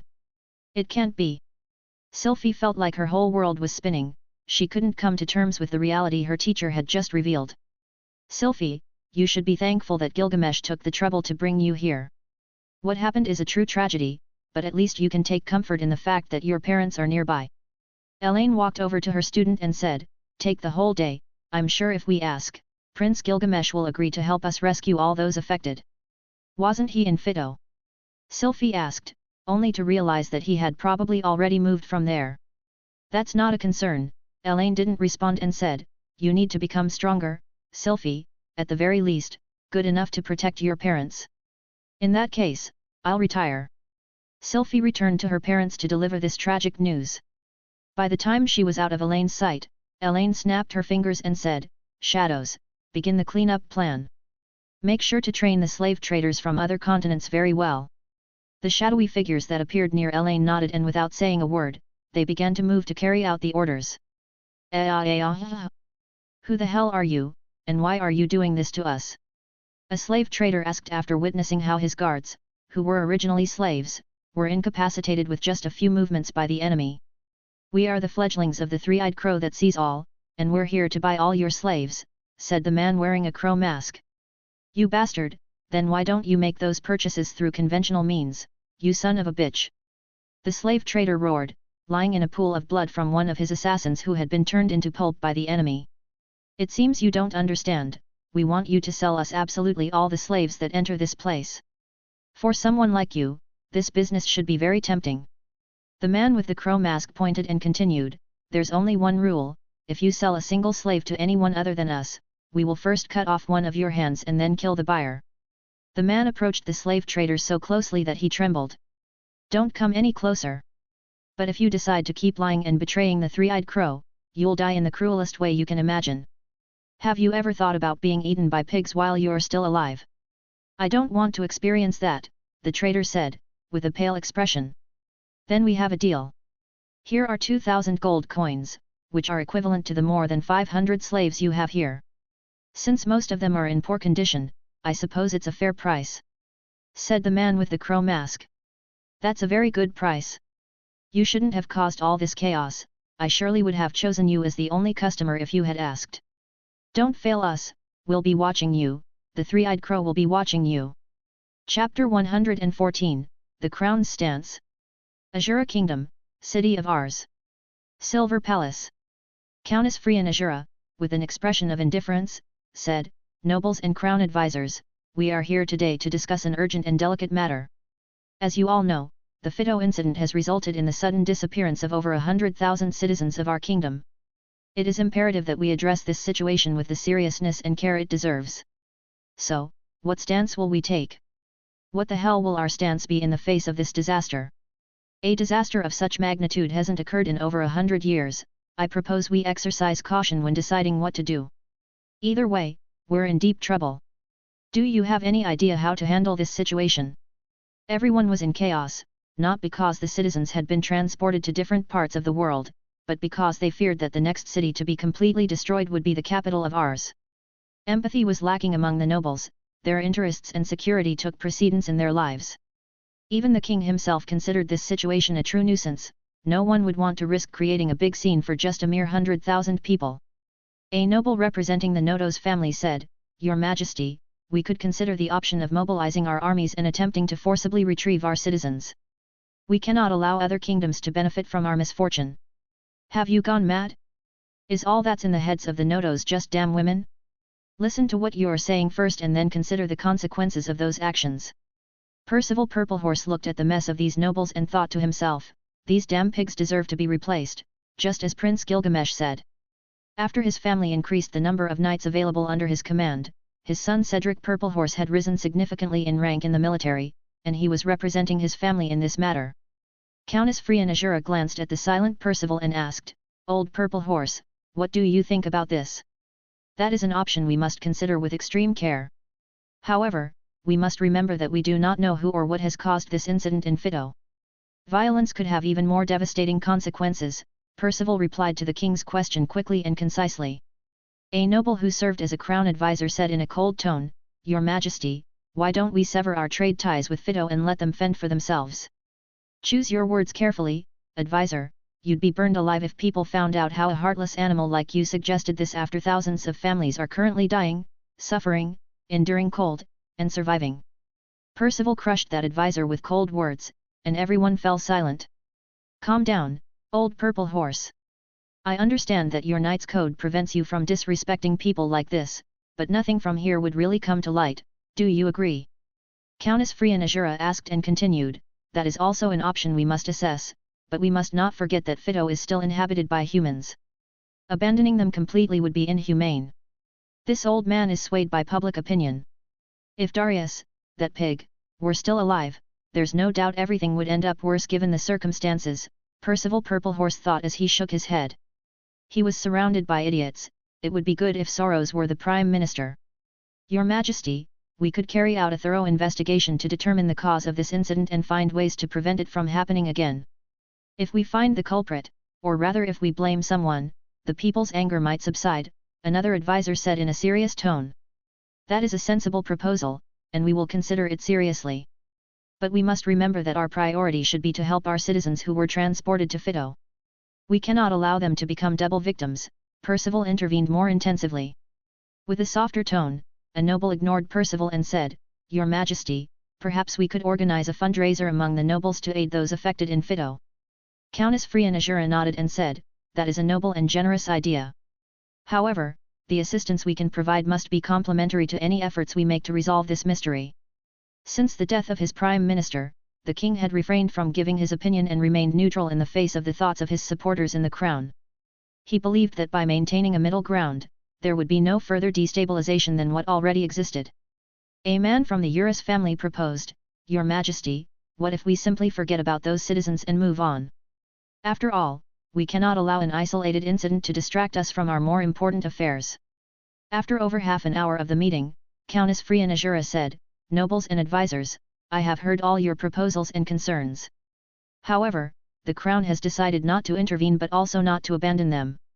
Instead, we will put all our efforts into helping those who were not transported. This includes investigating the causes of the incident and providing humanitarian assistance. Your Majesty, it is a wise and compassionate decision. I appreciate your support and understanding. Our kingdom will demonstrate that we are worthy rulers and protectors of all our citizens, no matter where they are. Please, let us unite in solidarity to face this challenge together. Cursed nobles, Percival muttered with a somber expression and was the first to leave the place. Azura Kingdom borders. Official announcement from the Crown of Azura Kingdom. To our beloved citizens. It is with profound respect and concern for the well-being of each and every one of you that the Crown of Azura Kingdom addresses you at this moment. In recent days, we have faced a situation of great complexity and difficulty, one that has affected a significant portion of our population. As leaders of this nation, our unwavering duty is to safeguard the safety and prosperity of our people, no matter the circumstances. We have witnessed an unusual and unexpected event that has led to the transportation of over 100,000 of our fellow citizens to different parts of the world, reducing numbers in Ctto. This situation has understandably caused anxiety and concern for all of us. However, we want you to know that we are committed to addressing this situation in the wisest and most compassionate way possible. After careful reflection and consultation with our advisors and experts, the Crown has decided not to aggressively intervene in other realms regarding the events in Ctto. We recognize that this choice may generate concern among some of you, but we believe it is the most appropriate measure to prevent conflicts that could exacerbate the situation and further endanger our citizens. Our foremost priority is the well-being and safety of the citizens of Azura, wherever they may be. We call upon all those transported from Ctto to use all available means to return to our homeland. We are working closely with aid organizations and specialized resources to provide support in this process. We understand that this situation is distressing, and some of you may feel abandoned, but we want to assure you that we are closely monitoring the situation and continually evaluating our options. We are committed to finding peaceful and diplomatic solutions to address this root problem. Furthermore, we extend our gratitude to those citizens who have shown solidarity and support for those affected in Ctto. Your generosity and compassion are examples of the best of our society. At this time, it is crucial that we stand united as a nation. We must not allow divisions or differences to weaken our resilience. Together, we will overcome this challenge and build a stronger and more united future for all. On behalf of the Crown of Azura Kingdom, we reaffirm our unwavering commitment to the safety, peace, and well-being of all our citizens. May peace and hope guide our hearts in these difficult times. With sincere gratitude and affection. Countess Freya Najura. Azura Kingdom. Chapter 115, The Resentment of the People. What kind of garbage are these empty words in the end? We're stuck here, and they won't send help. I didn't expect the kingdom to be so heartless as to abandon us here. What kind of trash is the king? He's still the king, watch your words, said a man who had lost everything. Watch my words? You know perfectly well that we've all lost everything. We have nothing in this world, and we don't even know if our families, friends, and co-workers are alive. A man dropped to the ground, lifeless in his eyes. He believed he could never find his relatives, let alone rebuild his life. "We've lost everything. Move out of the way!"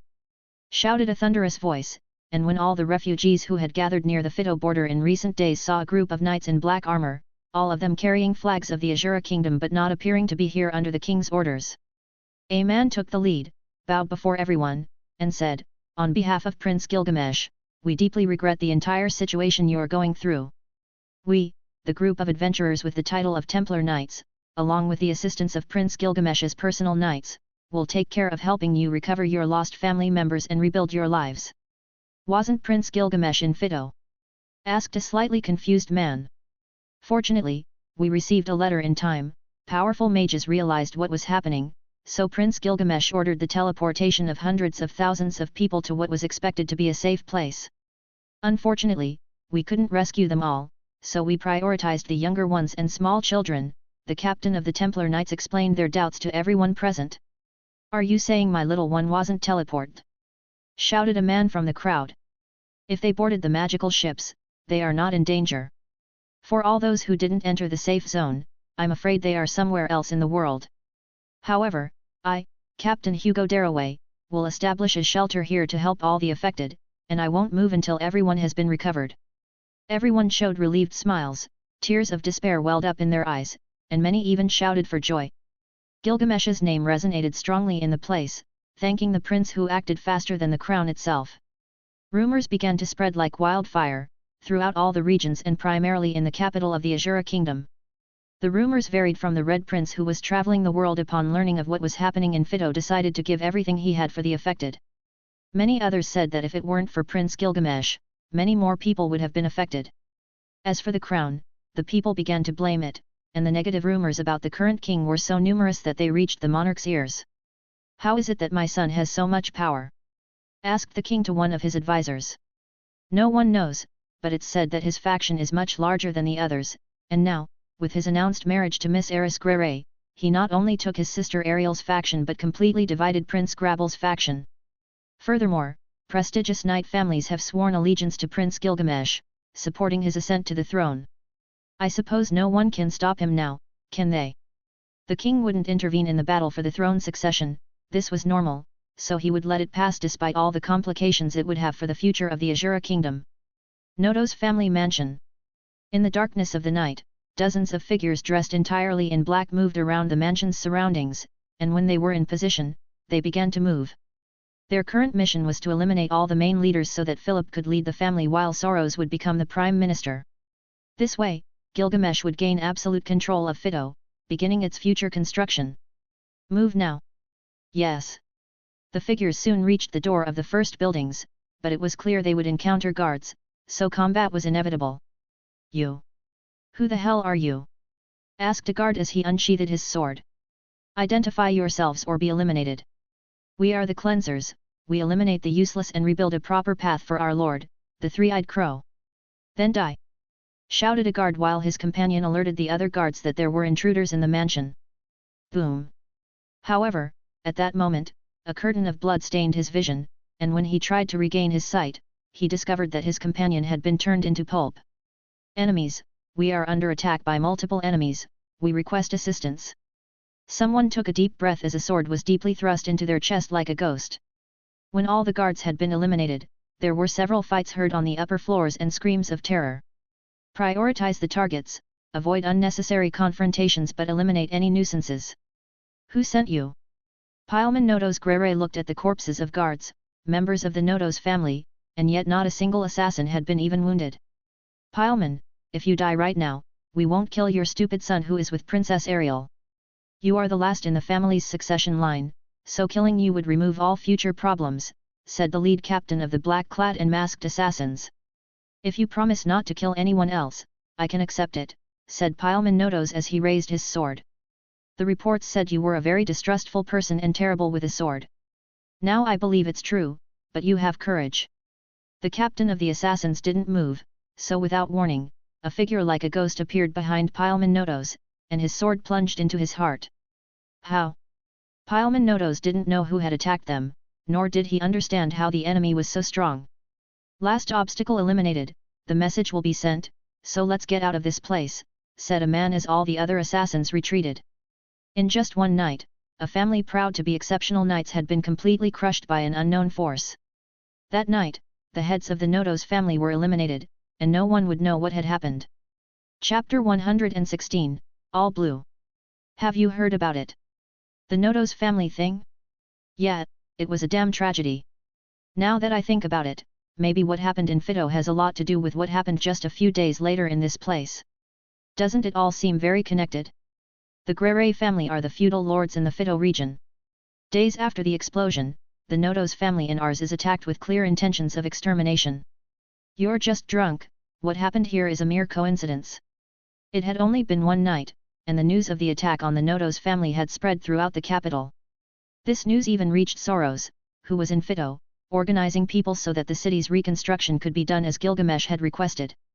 In the Tower of Uruk, Elaine watched attentively as the Azura kingdom stirred due to all the various problems that had occurred. She had personally revived the assassins to clear the way for Philip to regain leadership of the Noto's family, thus giving full support to Gilgamesh's ascent to the throne. There was no doubt that now, with two candidates to become king and queen of this kingdom, the only obstacle for the nobility could be Gilgamesh's brother Hafiz, but as is well known, he has no interest in ruling. Therefore, the fight for the throne had ended long before it began. There's no doubt that no one could even oppose Gilgamesh's reign, but we still have to consider different factors to make everything perfect. Elaine spoke these words as she returned to her room, but at that moment, Sylphie appeared in her sight. Elaine looked at her and said, I had reminded you not to come back until you were well. Have you not followed my advice, or have you recovered in just one day? I'm well, mistress. Sylphie touched her chest and said, regretting a loss I'm not aware of happening is absurd for my training. With all these things happening in the kingdom, I'm sure the least I can do is work hard to protect those closest to me, and those are my parents. Elaine looked sternly at her student, who seemed to have awakened from the glass bubble she was in, so she smiled with satisfaction. Then go prepare yourself, I will train you much harder than before. Yes. Sylphie showed determination in her gaze for the first time, although that still had to be proven. Since she arrived at the Tower of Uruk, Elaine, who had picked her up from the Mage Tower, knew immediately that her personality would become a problem. Sylphie had many insecurities, she was a shy girl and didn't seem convinced of how much she was worth. Things like what she could achieve were something she constantly questioned, so before fixing that, Elaine couldn't help but be harder on her. At least it will be worth it. She must be useful enough to Gilgamesh, so I'll make sure she suffers enough to be strong enough to defend herself. Elaine muttered as she entered a special training room. A few days ago, right after the Mana disaster, in an unknown location, a figure that could fly suddenly appeared in the uninhabited area. Wow, where has that thing taken me? The sound of the rushing air was very loud, catching his attention. When he finally managed to open his eyes, he found himself in a completely different place from where he had been, and he was amazed by the views. There was nothing around him. In fact, he had appeared among the clouds, and if it weren't for the fact that he was practically flying, he would have died a long time ago along with Aris. But fortunately, that was not the case, so he descended slowly to the altitude where he felt a salty touch in the humid air. It seems that somehow that big explosion made Aris lose consciousness, which is normal considering her weak body. Gilgamesh, as he descended through the clouds, saw a vast sea stretching as far as the eye could see. A sea so vast that it was astonishing he had never been here before. Having seen the map, he could be anywhere in the world, and if he was here, it meant that the people who were teleported should be in a similar or worse situation depending on the cases. For anyone else in his situation, it would have been risky, but as long as Gilgamesh had a need to occupy himself, there would always be interesting things at his doorstep in Babylon. Well, at least I managed to avoid half of the great disaster. Gilgamesh sheathed his sword, and snapped his fingers to summon Venema. After sitting on his throne next to the sleeping Aris, he thought it would be best for her to return to her family once they reached a point of civilization, not knowing where they were. Not knowing where he was, Gilgamesh decided to go in a completely random direction, and the speed of his Venema wasn't too fast. After all, he wanted to appreciate the sights, and before leaving this place, he would like Aris to see this place. It seems there are monsters under the sea, dangerous enough to make me move my hand. The presences beneath the water excited Gilgamesh a little. Where are we?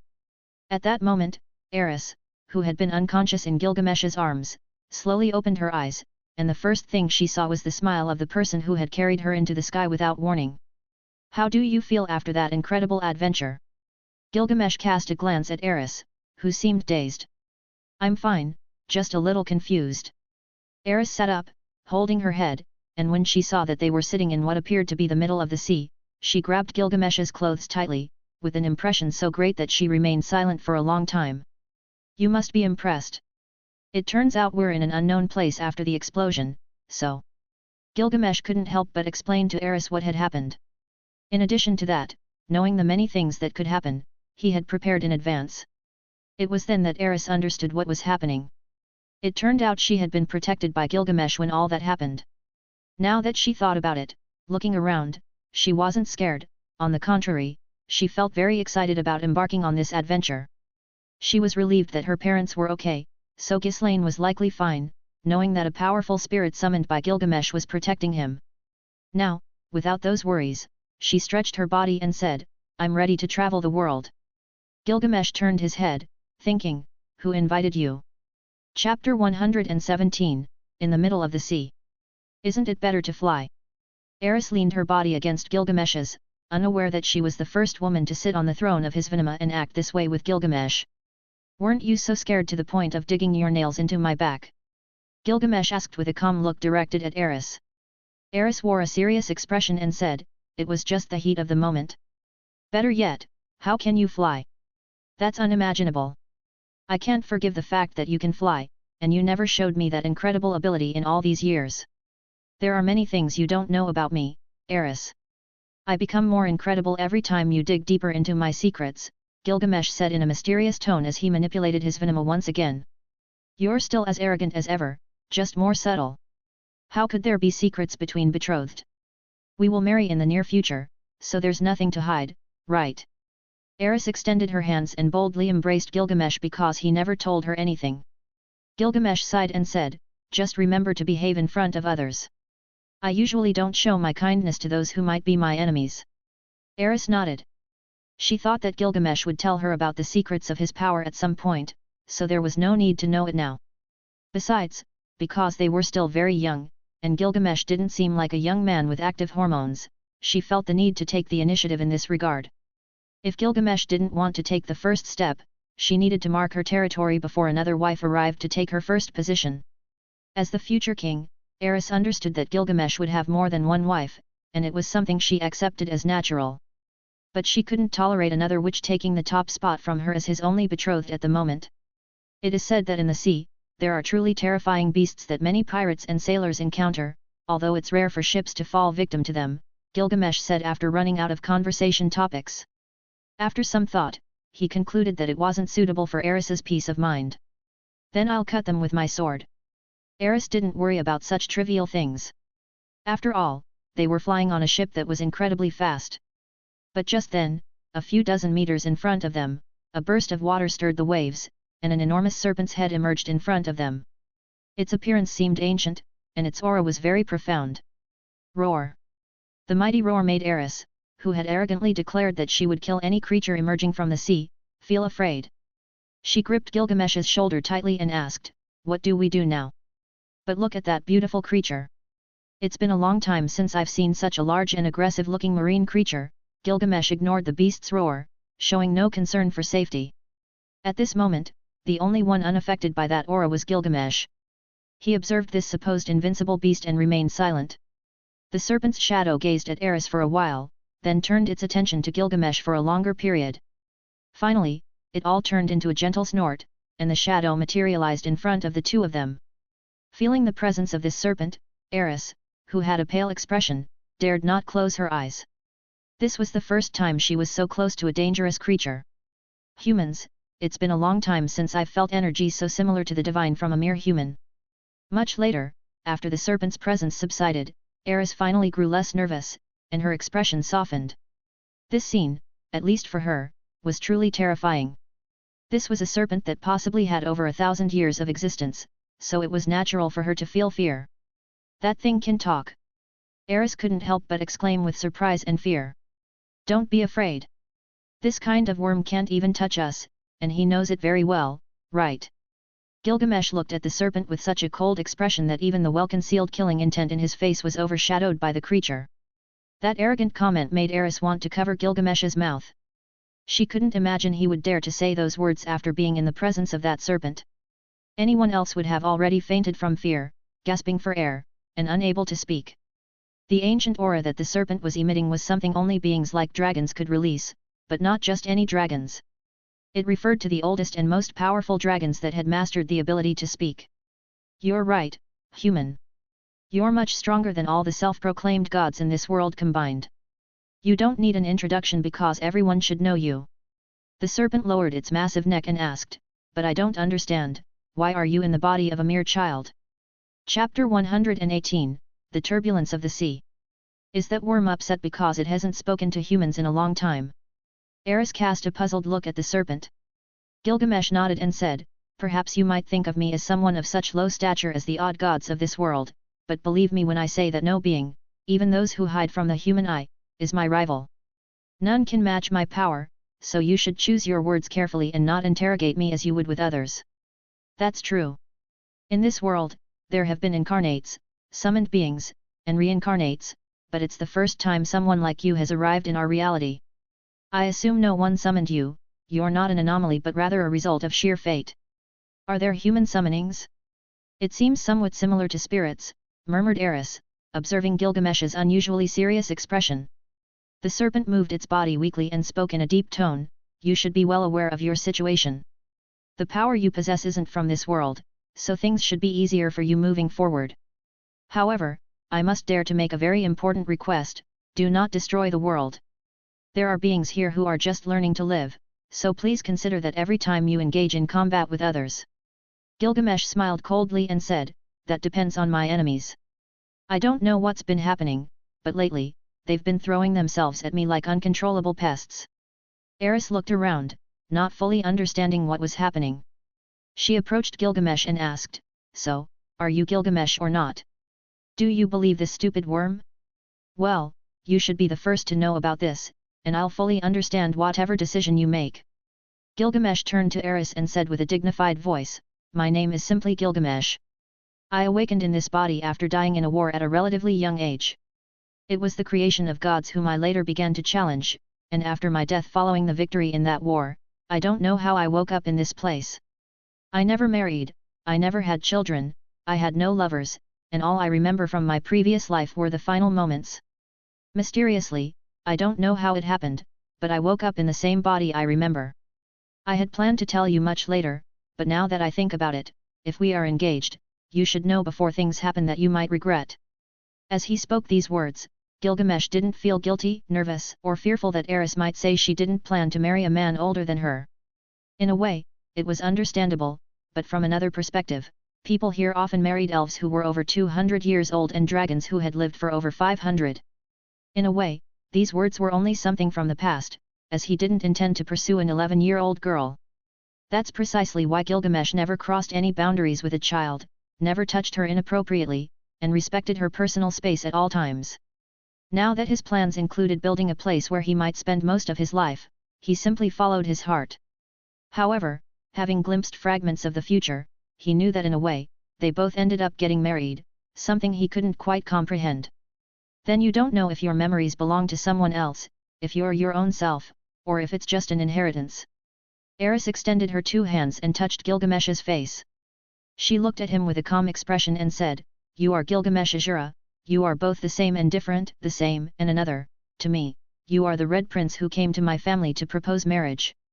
I don't care about the past because I want to live in the future, so it doesn't matter to me. Are you serious? Gilgamesh asked, becoming increasingly interested in Aris's thoughts about him.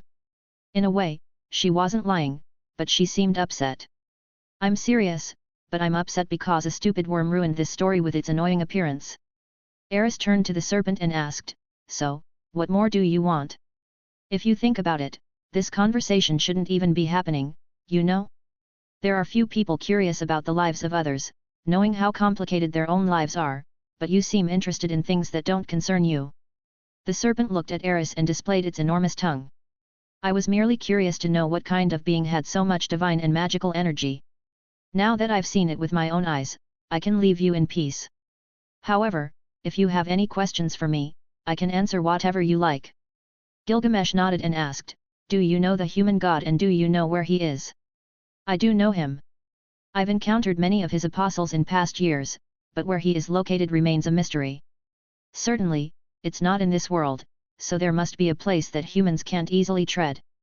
The serpent replied in a deep and cold tone. "So, you don't know anything?" Aris murmured as she sat on Gilgamesh's throne. "Then answer me, are there humans nearby, and where exactly am I?" "You are in the Central Sea, in the middle of the vast ocean surrounded by all the continents, a place where normal people certainly can't be. That's one reason why I approached you. But now that you ask, it seems you don't know where you are, so I must assume you were victims of that incident caused by the devastating mana from the central continent." Gilgamesh nodded and said, "You've thought it through. We were teleported to this place, so we don't know where to go, hence the question." The serpent began to submerge its body and said, "I sensed the presence of multiple humans about 150 kilometers from here. They found a dungeon, so perhaps they can guide you. I couldn't go any further than that, so good luck." When Gilgamesh saw the serpent disappear, he turned to Aris and asked, "Do you want me to take you back to Ctto, or will you accompany me on this adventure for a few months? Consider it something new that you can learn." Aris didn't even bother to think it over when she said, "In my father's letter, he said I could have fun, so I'd like to visit that dungeon. Since you're so strong, there shouldn't be a problem, right? Of course, no one can harm you if you stay by my side." Gilgamesh, feeling different, sat on the throne of his Vimana and embarked on the journey to meet those humans in the distance. Although many things had happened a few minutes ago, he wasn't someone who dwelled on the past, as Aris had said, and he wasn't the same as in his previous life. In this world, he was someone entirely new. Chapter 119, Gathering Point. A few days ago, in the Central Sea, a dungeon was detected where numerous ships had sunk. News of this began to spread among adventurers from various continents, so they decided to prepare a journey to find out what kind of strange phenomenon was causing these losses. The attention towards this was so great that many mages, powerful swordsmen, and kingdoms wanted to get involved, at least to try and gain some fortune, inheritance, or knowledge. Everyone received the news free of charge. After all, it was better to have more fighters and mages in case the problems couldn't be handled by a small group of people. In fact, when this kind of phenomenon is discovered, very few dare to venture due to the high risk of death. But this time was very different. The dungeon was completely unexplored, and that's what ignited people's intentions. Many groups of adventurers were well prepared, mages of all ranks were hired, and huge groups of warriors were formed with the intention of living this unique experience.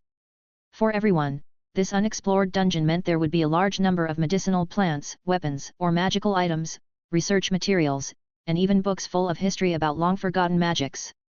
All the groups had set off on the same day as the tragedy that struck Ctto, which is why they all continued their journey without any problems. Central region of the Ringa Sea. It is well known that the Ringa Sea is a sea surrounded by the 5 continents. The central continent to the west, the demon continent to the east and northeast, the divine continent to the north, and the Milis continent to the southeast. This sea emerged when the ancient supercontinent split into the central continent and the demon continent during the Second Human-Demon War. The sea is inhabited by the sea people. The language spoken here is the language of the sea god. Unlike other races, they have no contact with the outside world for obvious reasons. For adventurers and mages to decide to come to this place would be only to enter the Devil's Cave, a labyrinth located in the middle of the Ringa Sea. It is brutally difficult even to reach this labyrinth, and due to its location, it is impossible to resupply once you arrive. Given its depth and the fact that slow-paced exploration is almost impossible, it has gained a reputation as one of the toughest challenges an adventurer can face. Now, with a new area discovered, all those who have ever set foot in the Devil's Labyrinth became very interested in this dungeon. Despite the legends, it is said that visiting the center of Ringus is a sign only of death and tragedies. It is a zone that any adventurer boasts of having visited at least once in their life. No one could speak clearly about the origin of the dungeons. Some say they are simply ancient structures of dead civilizations. Others describe these places as created by God, something that holds any kind of treasure that would change a man's life. In that war that few remember, this sea originated after a certain person unleashed a super attack on a particular enemy. Although that war did not end all life in this world, a large part of the continent was lost, and the entire Central Sea was once dry land. That year was a time of absolute terror for anyone who remained alive. That's why many decided not to remember, hold grudges, or seek revenge. This new dungeon, which was erased like the deep abyss, is not far from where many claim to have found the Devil's Cave. No one knows how large it will be, what everyone will find, or if it will be something interesting. However, after years of similar work, many were in need of something new to occupy their time. Calculating the location Gilgamesh was heading to, it was exactly where all those adventurers were gathering. All those who had decided to come were waiting on their ships. At this point, Gilgamesh traveled at a not-so-fast speed because he was not in a hurry.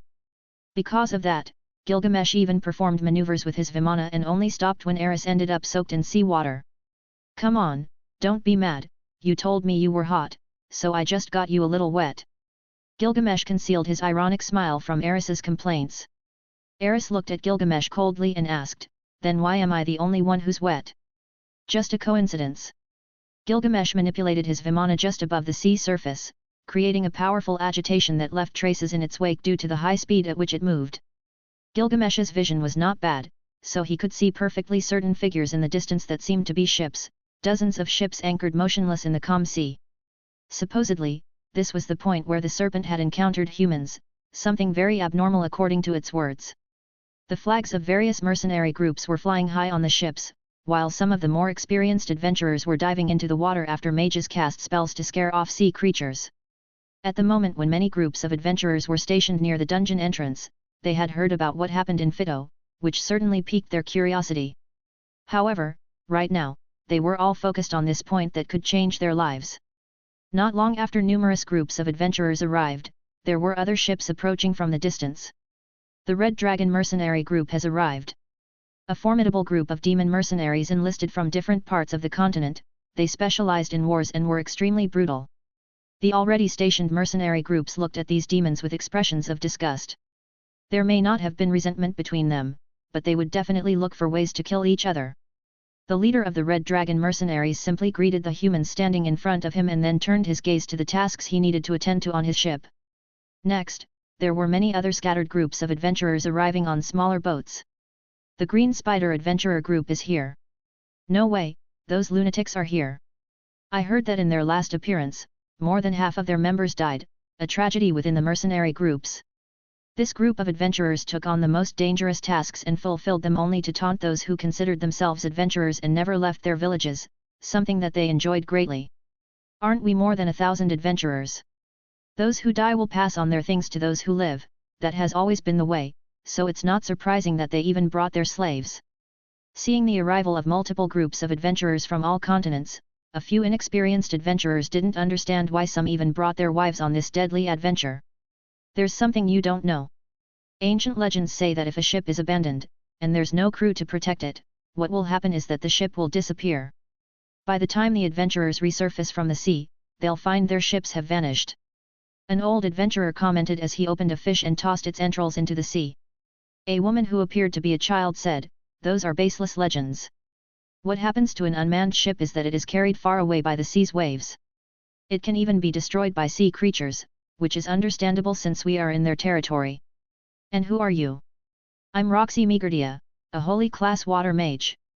Personally, I was hired by the sponsor of this expedition, so it would help many if you don't scare them with your old tales. Chapter 120, Would you mind? It was difficult to determine the conditions under which people had been living in recent years.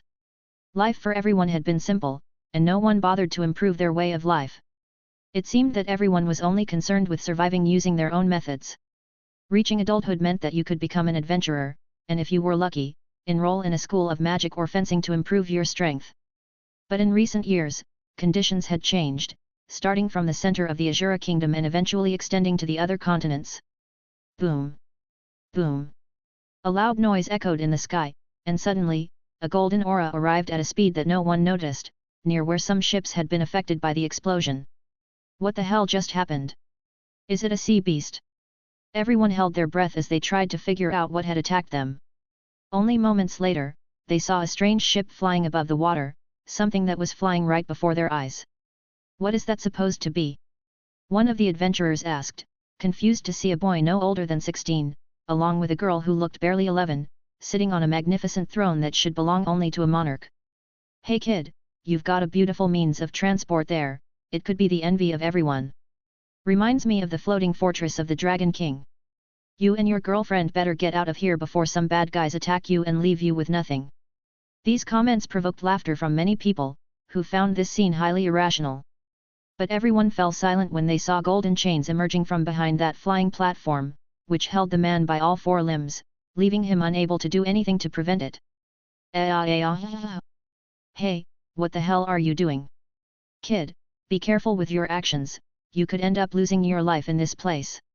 The boy everyone had mocked was actually Gilgamesh, who had arrived at the scene and received comments that he wouldn't let slide. He decided to set an example for them all. Did you just call me a kid? Watch your words, mongrel, or I'll rip your companion's limbs off and completely destroy your miserable ship. I'm lost here, so I came to request guidance, not to receive sarcastic comments from your mongrel of a subordinate. Then let him go, said the man as he gripped the hilt of his sword, and the men behind him did the same.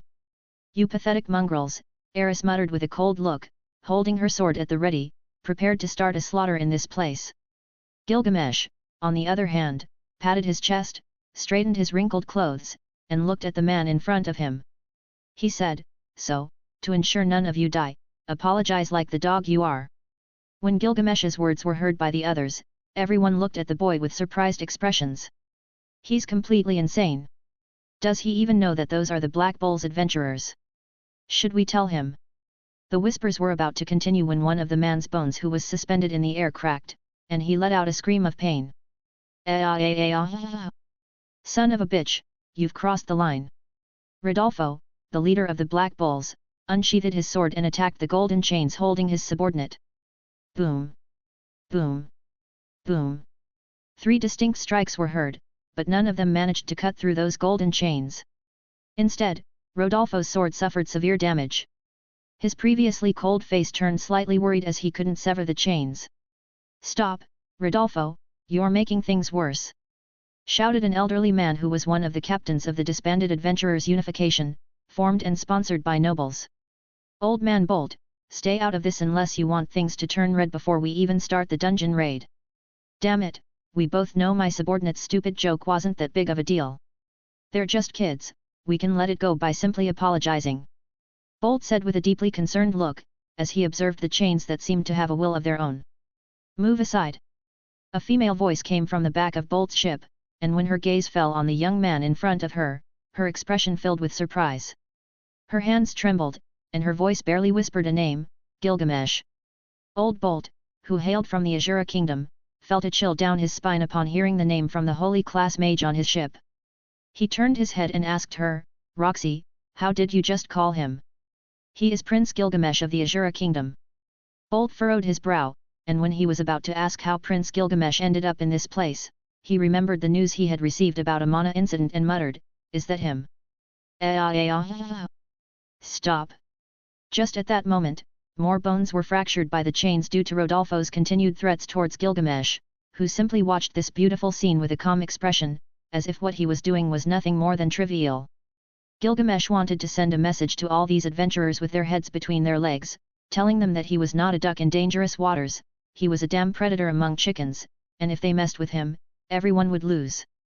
At that moment, a cold voice echoed from another ship, and it was directed at Gilgamesh. Do you really, someone like you, Prince, want to start a fight in the middle of the ocean? It seems you're doing well, but you should reconsider what will happen if all these experienced men unite to take you down. Do you expect us to be terrified by mere words from a scrawny old man? Aris directed her gaze toward the source of the voice and questioned his warning. Little girl, your Noto's family can't protect you, let alone that boy beside you. It would be better if you took a step back and obediently lowered your heads, said the man with the voice, appearing beside Rodolfo. When everyone saw him, they sighed with fear. King of the Sword, Brutus.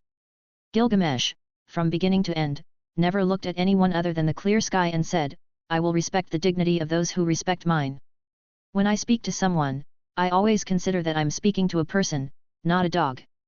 Do you intend to step forward and face the consequences? Brutus smiled coldly and asked, why don't we give it a try? However, at that moment, 2 powerful water explosions surrounded the ship, and a figure with a cap jumped onto Gilgamesh's Vimana.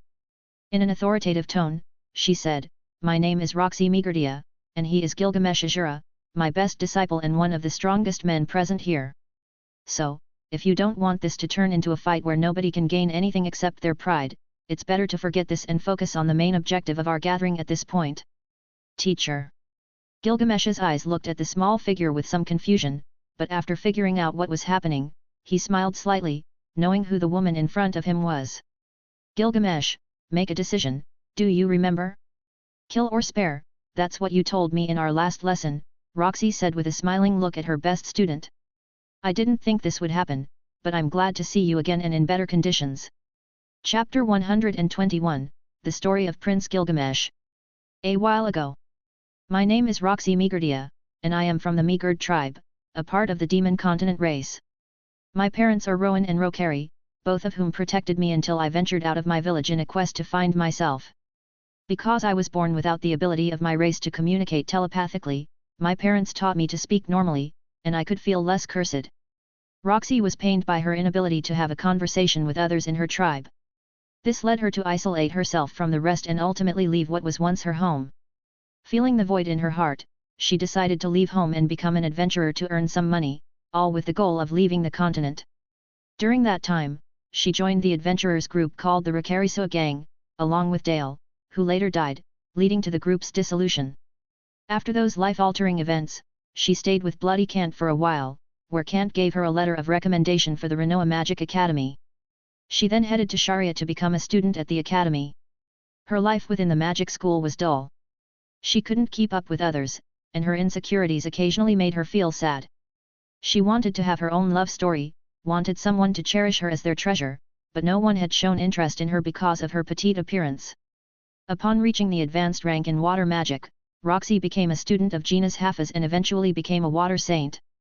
After graduating, she left the academy without saying a word to her teacher and went to the Azura Kingdom to look for work. She decided to visit every city, town, and interesting place that could give her an unforgettable experience and, hopefully, something that would change her life. Of course, during her solitary adventure, she heard rumors about the third son of the king, who was fourth in line for the throne. When she heard these rumors, her interest grew, but they were just rumors she had heard on her way to Aris, the home of the high nobility and the capital of the Azura Kingdom. Along her journey, she heard much more about Prince Gilgamesh than anything else. "Have you heard that Prince Gilgamesh is cursed? Rumor has it that he has sleep issues. Those who tell the story say that he can somehow see the future or at least claims to do so. He assumes he'll be king and will slay all the gods and their religions. Don't joke. How can those false stories be real? No one has ever confirmed the rumors about Prince Gilgamesh, and moreover, no one has even seen him to assume that his personality matches the rumors surrounding him. I only tell you what I've heard. Gilgamesh is, of course, someone special. He's excellent with the sword to the point where he can completely humiliate his instructors." "Haha, of course. How can a 5-year-old achieve something like that? It's true, how can a child be a sword genius to the extent that even his instructors have been humiliated?" For Roxy, these were simply false stories, much like the foolish adventurers who claim to have slain a dragon with their own sword. All the attention is on the princes because they will inherit the world's greatest fortune when they ascend to the throne of the Azura Kingdom. Of course, the privileged are always the most important. Thank you for the ride. Roxy got off the carriage and walked down the main street of Aris. The streets were luxurious, and unlike other places where adventurers abound, nothing here is similar due to the high level of security in this privileged location. Roxy was at ease. Besides enjoying some delicious food in the city, she decided to visit the fountain that is said to grant wishes. According to rumors, you must leave something precious behind, and life will return it to you in the way you need it most. Most people do it for health. It was foolish, but she wanted to give it a try, so she tossed a gold coin. "So, what wish did you make?" When Roxy looked at the boy with golden hair, blood-red eyes, and a calm gaze, she felt he was special and replied, "Someday, I hope to get married, maybe not now, but it's something I hope to do in the future." A very human wish, considering you're from the demon continent. Although that privilege isn't just for humans. Each race adapts it to their lives, makes it their own, and cherishes that feeling as much as they can. Roxy thought she had hit rock bottom when a child started talking to her about life. She was about to turn and leave when the boy spoke again, "Miss, do you know magic?" First of all, my name is Gilgamesh, the future king of the central continent, and if you wish, I can be your husband. Are you the prince? That was a clumsy question, but Roxy couldn't process the kind of information Gilgamesh had given her right after meeting her. Don't be alarmed. I'm just looking for future wives for my future self. You might not know this, but if I don't do this, he won't be able to marry anyone again. When I say he, I mean myself, both the same and different in two distinct times. Little Gilgamesh, realizing he had spoken too much, turned his head. Fortunately, Miss Mega was still there, so he added, if you teach me magic for a month, it will be more than enough. By the way, I'll pay you, and you can boast that you trained the world's greatest warrior. Roxy couldn't exactly recall why she had accepted, perhaps all those rumors about Prince Gilgamesh had influenced her decision. Only after the first few weeks did she not regret her choice. She had never known anyone to learn magic just by seeing it once, and it was humbling. But she vividly remembered Gilgamesh's words regarding this. My talent is granted by the gods, I have no right to compare myself to humans because I have learned to be like them for a long time. I can't take pride in being invincible because no one was born like me. I'm proud of how far you've come, Roxy. If we ever meet again, I can cure your curse, give you the power of a goddess, and when that time comes, you'll be my wife. She knew that Gilgamesh was no ordinary child, he could see people's past and even parts of their present. He said that, in the future, this would be a source of displeasure, although it wouldn't be fun to see whom he would end up marrying. But that was how the future worked, and he would have to accept it. The weeks turned into months, and only after realizing that she had to leave did she, having learned so much about life from someone who might be the reincarnation of someone incredible, depart from the Azura kingdom, slightly worried about what future Gilgamesh would become and if he would keep his promise. Although it was hard to discern the variables of time, she knew she had to let it go and went in search of another job, which she was immediately hired for. On her way to her next job, Roxy remembered the silly promise she and her student had made. Remember to always make a choice, to kill or to spare, all those who are your enemies, remember it well, but in the end, make a decision. Roxy looked at her first and best student, who had learned everything she could teach him. We'll meet again, perhaps in a slightly different way, but when we see each other again, we'll never be apart, and when the time comes, if you haven't found your love yet, let's get married. Gilgamesh looked at Roxy and said these words with a happy smile.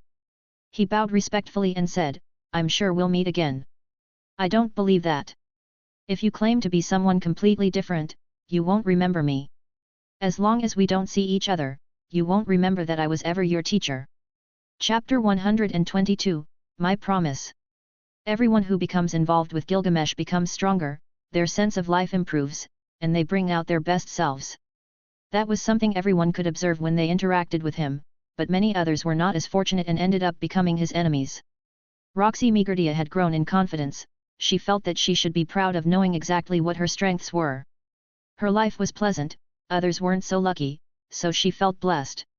After she stopped training Prince Gilgamesh, she somehow knew that it was a silly excuse for that student to better the life of his future self as much as possible. She would have considered it selfish if he hadn't told her about some circumstances of the former Gilgamesh. When she thinks about it now, she believes he deserved a better life. Dying alone is something no one should feel, a unique sensation of loneliness is not something one wishes upon people, especially when they only live once. Her life was extensive, long enough to deserve a good life just like Gilgamesh. She deserved to be happy, just like everyone else, and that was entirely different from selfishness. When she arrived at the Grere family to train her new student, she was somewhat disappointed that it was yet another child. She taught him the basics, and what surprised her about his abilities was his skill in using spells without naming them, much like Gilgamesh did. There were clear differences between this child named Rudius, whom she trained naturally, and someone who was vastly different from what she should have expected. There's no doubt that Rudius was incredible, but she, who had such high expectations, was merely talented. Master Roxy, am I not the best student you've ever had? Roxy always gave the same response, no, you are incredible, but my first student has never been surpassed by anyone. If you ever get to know him, you'll understand what I mean. Rudius didn't need to comprehend the greatness of Gilgamesh, as no one could compare to him, and this was not something she herself believed. Compared to those born with talent, her first student was born with the gift of surpassing any human, and that was something others shouldn't feel bad about. During that time, Roxy discovered that despite teaching someone talented in magic, Rudius was simply a child with better development than children his age. She hoped to find something similar to Gilgamesh in him but never did, so she focused on Rudius training. What Rudius learned in 4 months, Gilgamesh somehow learned in a week at most. He was someone who should be praised even by the most powerful wizards in history. If his talents were announced to the world, it might shake all the continents. After all, there was no one compared to Gilgamesh, and that could potentially bring certain problems. But for some reason, the rumors about Prince Gilgamesh began to decline to the point where very few talked about him. At that point, everyone believed that no one would speak of that mysterious prince again, but when he reappeared, he would crush kingdoms and change the course of the lives of hundreds of thousands of people. On a study night, Roxy was giving advanced lessons to her student, who seemed to be excelling in everything they did since they began practical training. It was straightforward, easy, and intuitive. Nevertheless, she couldn't quite understand why something bothered her. "Teacher, why is magic only used in combat?" "Well, actually, magic isn't used only in combat, Rudius." Roxy always answered her students' questions seriously, taking each of her tasks seriously, so she continued, "Where should I start?" "First, magic is said to originate from the long-lived race of pointy-eared beings, or high elves." "Elves?" "Yes, the pointy-eared ones live in the northern part of the Meles continent. A long time ago, before the Great War between humans and demons, when the world was still in chaos, and wars erupted every day, the high elves were able to communicate with the spirits of the forest to control the earth and wind to repel invaders. It's the oldest documented magic." "Oh, so all that history is documented?" "Of course."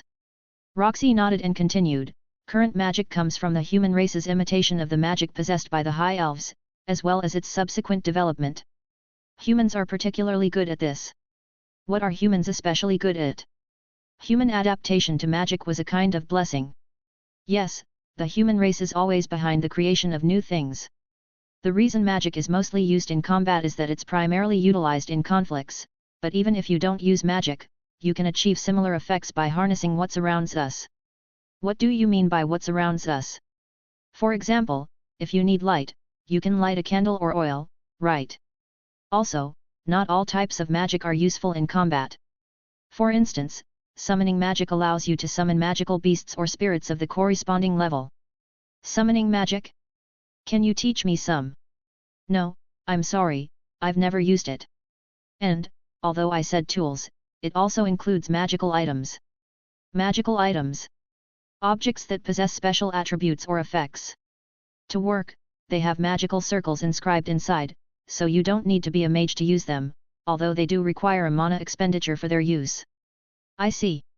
Roxy had somehow done a good job teaching Rudius everything she knew, and when she was finally about to leave the Azura kingdom for another kingdom, her student asked her, "Teacher Roxy, now that you've taught me everything you can, who's better?" Rudius asked with total confidence. "What do you mean?" Roxy asked this question without understanding what Rudius meant. "Your first student, which one of us is better?" Rudius asked again without losing hope.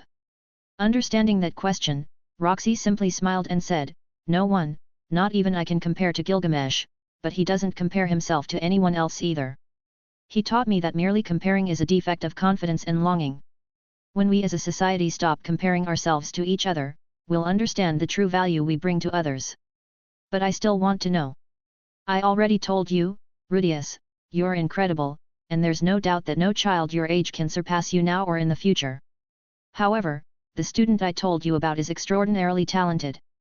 Someone born with magic in one hand and a sword in the other." After leaving Rudius's house, her best student, even though she felt that she somehow didn't teach him anything compared to Gilgamesh, Roxy left the Azura kingdom with the hope that everyone would grow and make their lives. She, too, would seek her own path, leaving the future to unfold as it may. Chapter 123, The Reunion. Gilgamesh saw Roxy's past and then slowly peered into the future, and what he found was something unimaginable even for him. He had his ability to see the past and present of people, but he had never been interested in seeing the past of his own life. The result of using his ability on this woman who had leaped onto his Vimana was certainly impressive. He never expected that the previous Gilgamesh in this body had a special circumstance in which he could see the life of his past self. The Gilgamesh of this world before his memories awakened was, in fact, himself, slowly receiving fragments of his life. He met Roxy, the mage standing before him, and was certainly impressed with the intentions of the young Gilgamesh. These actions had made him believe that he might have a chance to get married in a future where he believed he couldn't find a wife. In all of this, Gilgamesh wondered, why Roxy? Is she your teacher? Aris was surprised that a mage she didn't know had stepped forward and directly introduced herself to stop this fight. It's not appropriate to discuss that now. First, I must see if the ruffian in front of us will apologize. Gilgamesh's arrogant words caused all the adventurers to change their expressions. The Sword King Brutus, who was accompanying them, was an excellent warrior raised in the best training grounds and dangerous areas. He had experienced horrible battles from which very few men would have survived, so it was foolish to try to confront him. Ignorant fool, I could kill you in this place. Brutus's expression soured greatly. As a titled Sword King, he would never tolerate being ignored in this manner. If he let this matter pass, it would greatly diminish his status as an adventurer, so he decided to simply give Gilgamesh a beating. However, just as he was about to make a move, Adolfo, who was standing beside Brutus, fell to his knees and said as sincerely as he could, I apologize. My subordinate disrespected you even without knowing you, so I hope you can overlook his anger just this once. Gilgamesh had other things to focus on at the moment, so he simply released the chains, letting Adolfo's subordinate fall. Killing him was not his goal, as he had already given a lesson to everyone. It was time to step aside and watch from a distance. Let's end this here, Gilgamesh said, giving Brutus a glance. Unless you want to do something else, if you decide to step forward, I wouldn't mind playing with you. But remember, you have nothing to prove, so better go on your way. Our goal is to go to the dungeon, not waste time on these meaningless matters, Brutus said, turning around without looking back at Adolfo with contempt. Gilgamesh then manipulated his Vimana and approached the old man Bolt, who had spoken earlier to stop the argument. It was nothing to admire, but his objective behavior was appreciated. Upon seeing Gilgamesh approach, Bolt said, Prince Gilgamesh, it's a pleasure to meet you in such a strange situation. Although I can't say these are optimal conditions, I must say it's a surprise to find you here. May I ask if you need any assistance? Those words from Bolt immediately alarmed the people. They simply didn't know if it was true that this Gilgamesh was, in fact, the Azura prince. After all, it was highly unlikely for a prince to be in the middle of the sea where even adventurers wouldn't dare to venture alone. One has to know that a prince rarely leaves the royal palace and is hardly seen in public. But now, having the chance to meet a prince was something many felt curious about. It's nothing interesting. Both of us were victims of the Mana disaster in the Ctto region. We don't know the extent of the damage, but we were brought to this place without being able to do anything about it. It was a blessing for us to have my Vimana for transportation, we wouldn't have found you if it weren't for that. Gilgamesh was more than modest in this situation, with no apparent reason, but he did it unconsciously. Roxy looked at Gilgamesh and knew he was different from the one she had known, so she acknowledged that he had indeed changed. She asked, how badly was the Ctto region affected? I was able to reduce the damage from spreading, but at least half of the region has been completely wiped out.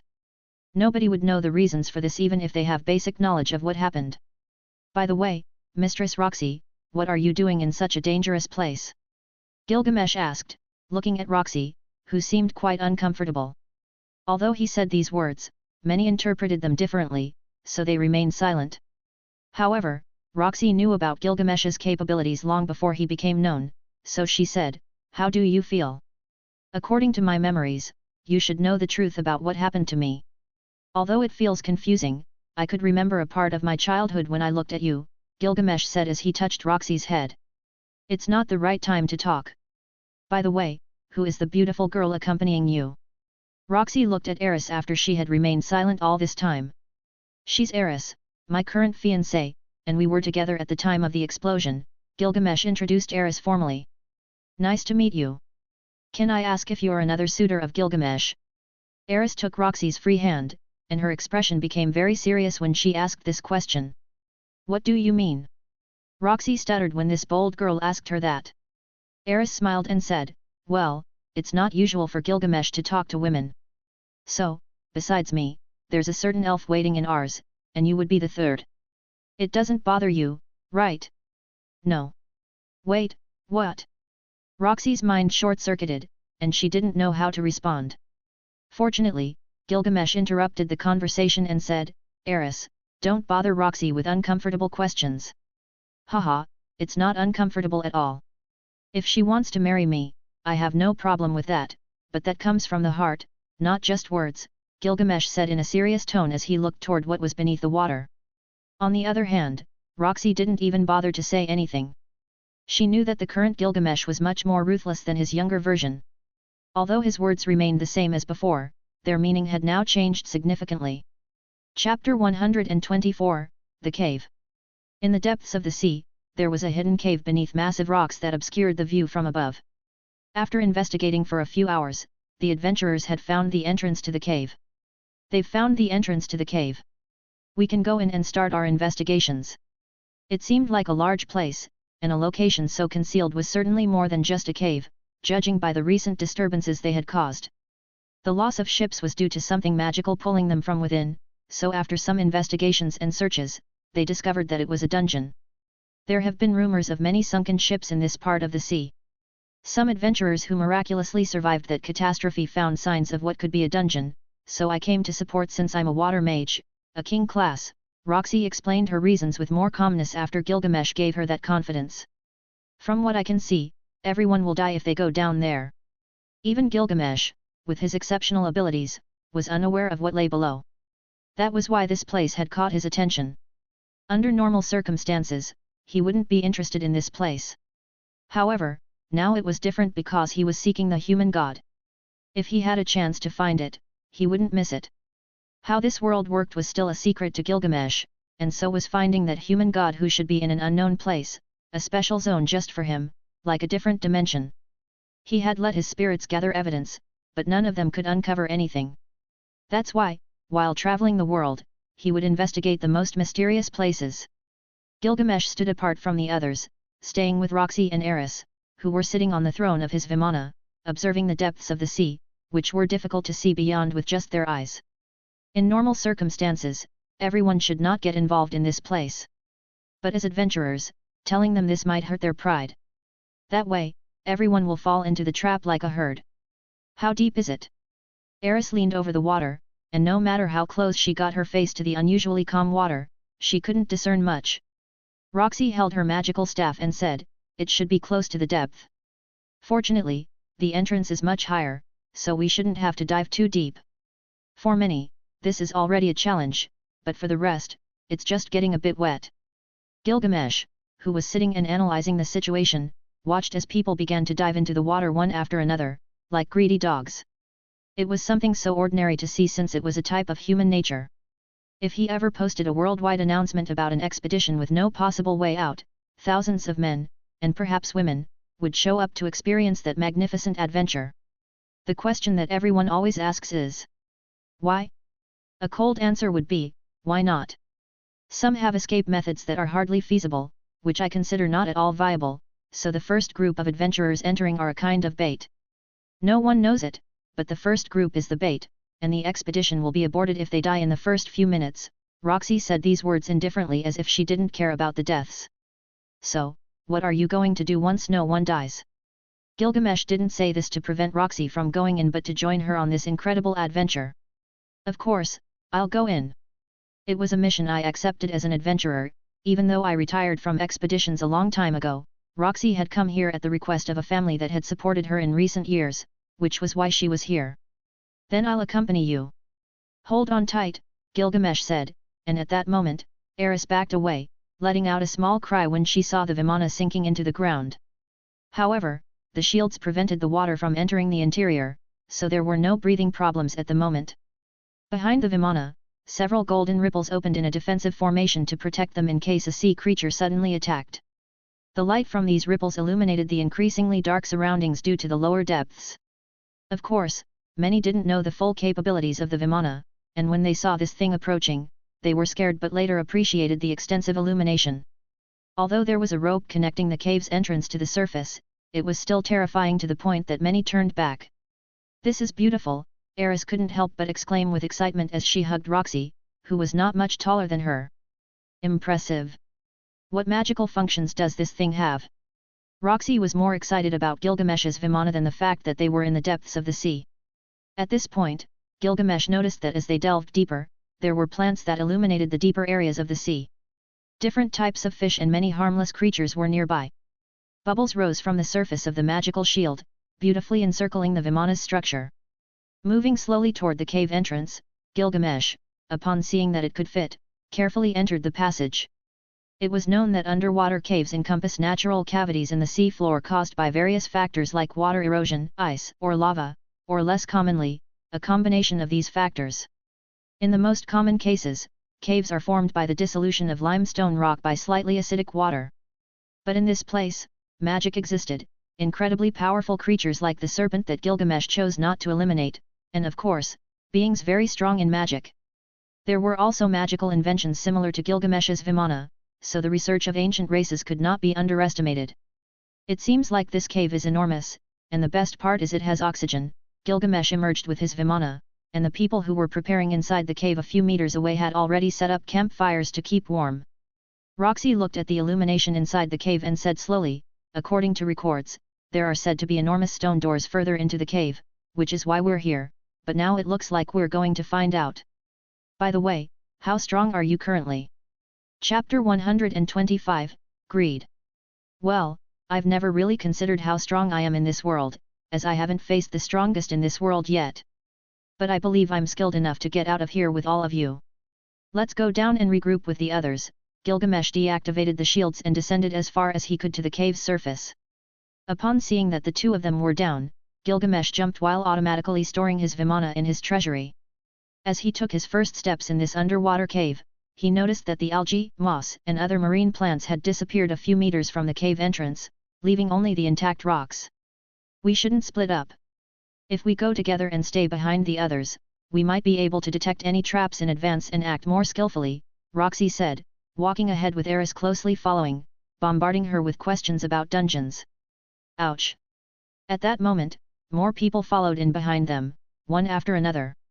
Adventurers made up the majority of those who had managed to reach this cave, and as for the mages who hadn't improved their physical abilities through training, they were in a difficult situation. Gilgamesh didn't stop to look at the people much. He passed by, looking for something he was familiar with as he made his way through the spacious path formed by the interconnected rocks. Fortunately, there were mages who used lighting spells, and the adventurers threw luminous stones, in addition to the glowing green plants on the ground, which made it perfect for everyone to see their surroundings. The challenge, however, was to maintain these conditions as they progressed deeper into the dungeon, which might not be feasible. Aris, could you hold this oil lamp? Gilgamesh looked at Aris and handed her an oil lamp that appeared to be lit but wasn't. Instead, it emitted an increasingly extended magical light. You always have the right things in these conditions. By the way, do you have something comfortable? Aris leaned her body towards Gilgamesh like a cat nuzzling its owner, to which he simply handed her a jar of dried fruits. Roxy, how do you see this place? You must have more experience in these kinds of places, so your opinion holds more weight. What do you think is behind that stone door? Gilgamesh approached Roxy and asked her this question, while avoiding using any ability that would spoil this experience. Roxy seemed to think it over and responded simply, it's hard to say. When I came here, I never thought of going directly into the dungeon since my primary job was to protect the ships. However, now that I'm here, I can say that it's not as straightforward as everyone is thinking. We're probably heading into a trap, a tomb of a mad being who only wanted to ensure no one found him. Another possibility is that this place belonged to a tribe of aquatic people, only they and those crazy enough would do something down here. As Roxy's words spread through the crowd, a man at the front stepped into Gilgamesh's path and said, "Children shouldn't be here. You can leave this cave right now, and that way you won't be a nuisance to the rest of us." The man who stood in front of Gilgamesh's group approached and looked at Roxy with a disdainful expression. "Have you even thought about your words?" Gilgamesh, who had been talking with Roxy about her experiences in dungeons, looked coldly at the man in front of him and thought to himself that this was what happened when you left leeches alive. None of this would have happened if he had cleaned up those scoundrels upstairs. Now he had to deal with the idiots down here. Anyone who wants to join this riffraff, step forward. I alone will be enough to give you a warm beating. The more, the merrier. Otherwise, if you're not going to draw your sword, you can go to hell, scum. Gilgamesh's arrogant attitude infuriated the Red Dragon adventurers, and those who were tired of his comments moved towards him, trying to attack him with their swords. Boom! However, the others who were about to make a move stopped because more than 6 people who had taken the initiative to attack Gilgamesh were all hit by some kind of unseen attack. As they were in the air, a huge stone in the outer part of the stone door moved and grabbed one of the adventurers, carrying him into a slowly opening mouth that devoured him. What the hell is that? Everyone could see that monster, its huge body, formed from rocks, appeared before all the adventurers. It was about 15 meters tall, its body was robust, and in its left hand, it held a massive rock that was hurled towards Gilgamesh. Careful, get out of the way. The other adventurers closed their eyes, while the more experienced ones raised their swords and formed a battle formation. As for the rest, they ran towards the back rows to see what would happen. Roar! The massive stone golem, with moss covering most of its body, showed itself to all. It stood at least 15 meters in height, with a strong body, and in its left hand, it held a massive rock that was hurled toward Gilgamesh. Watch out, move aside. The other adventurers closed their eyes, and the more experienced ones raised their swords and formed a battle formation. The rest of them ran toward the back rows to see what was about to happen. Boom! When the stone hit Gilgamesh, there was a massive explosion that shook the cave, and shards of stone flew forward. Everyone hit by it didn't even dare to breathe. This is getting interesting. What kind of aberration are you? Gilgamesh's voice came from the dust cloud, and everyone then saw how the chains he had used before quickly immobilized the stone golem. Incredible! Can he subdue something so large with those magical chains? Standing in front of the enormous stone giant, Gilgamesh looked at it with a sense of insignificance, but before he wanted to see something else, at that moment, another massive rock at the far left, and another stone golem of the same size emerged. Its dark blue eyes fixed on Gilgamesh as the primary adversary. Gilgamesh smiled coldly and said, "Although it's a massive compliment, don't you have others right next to me? Don't attack only me, that's boring." Thanks for listening.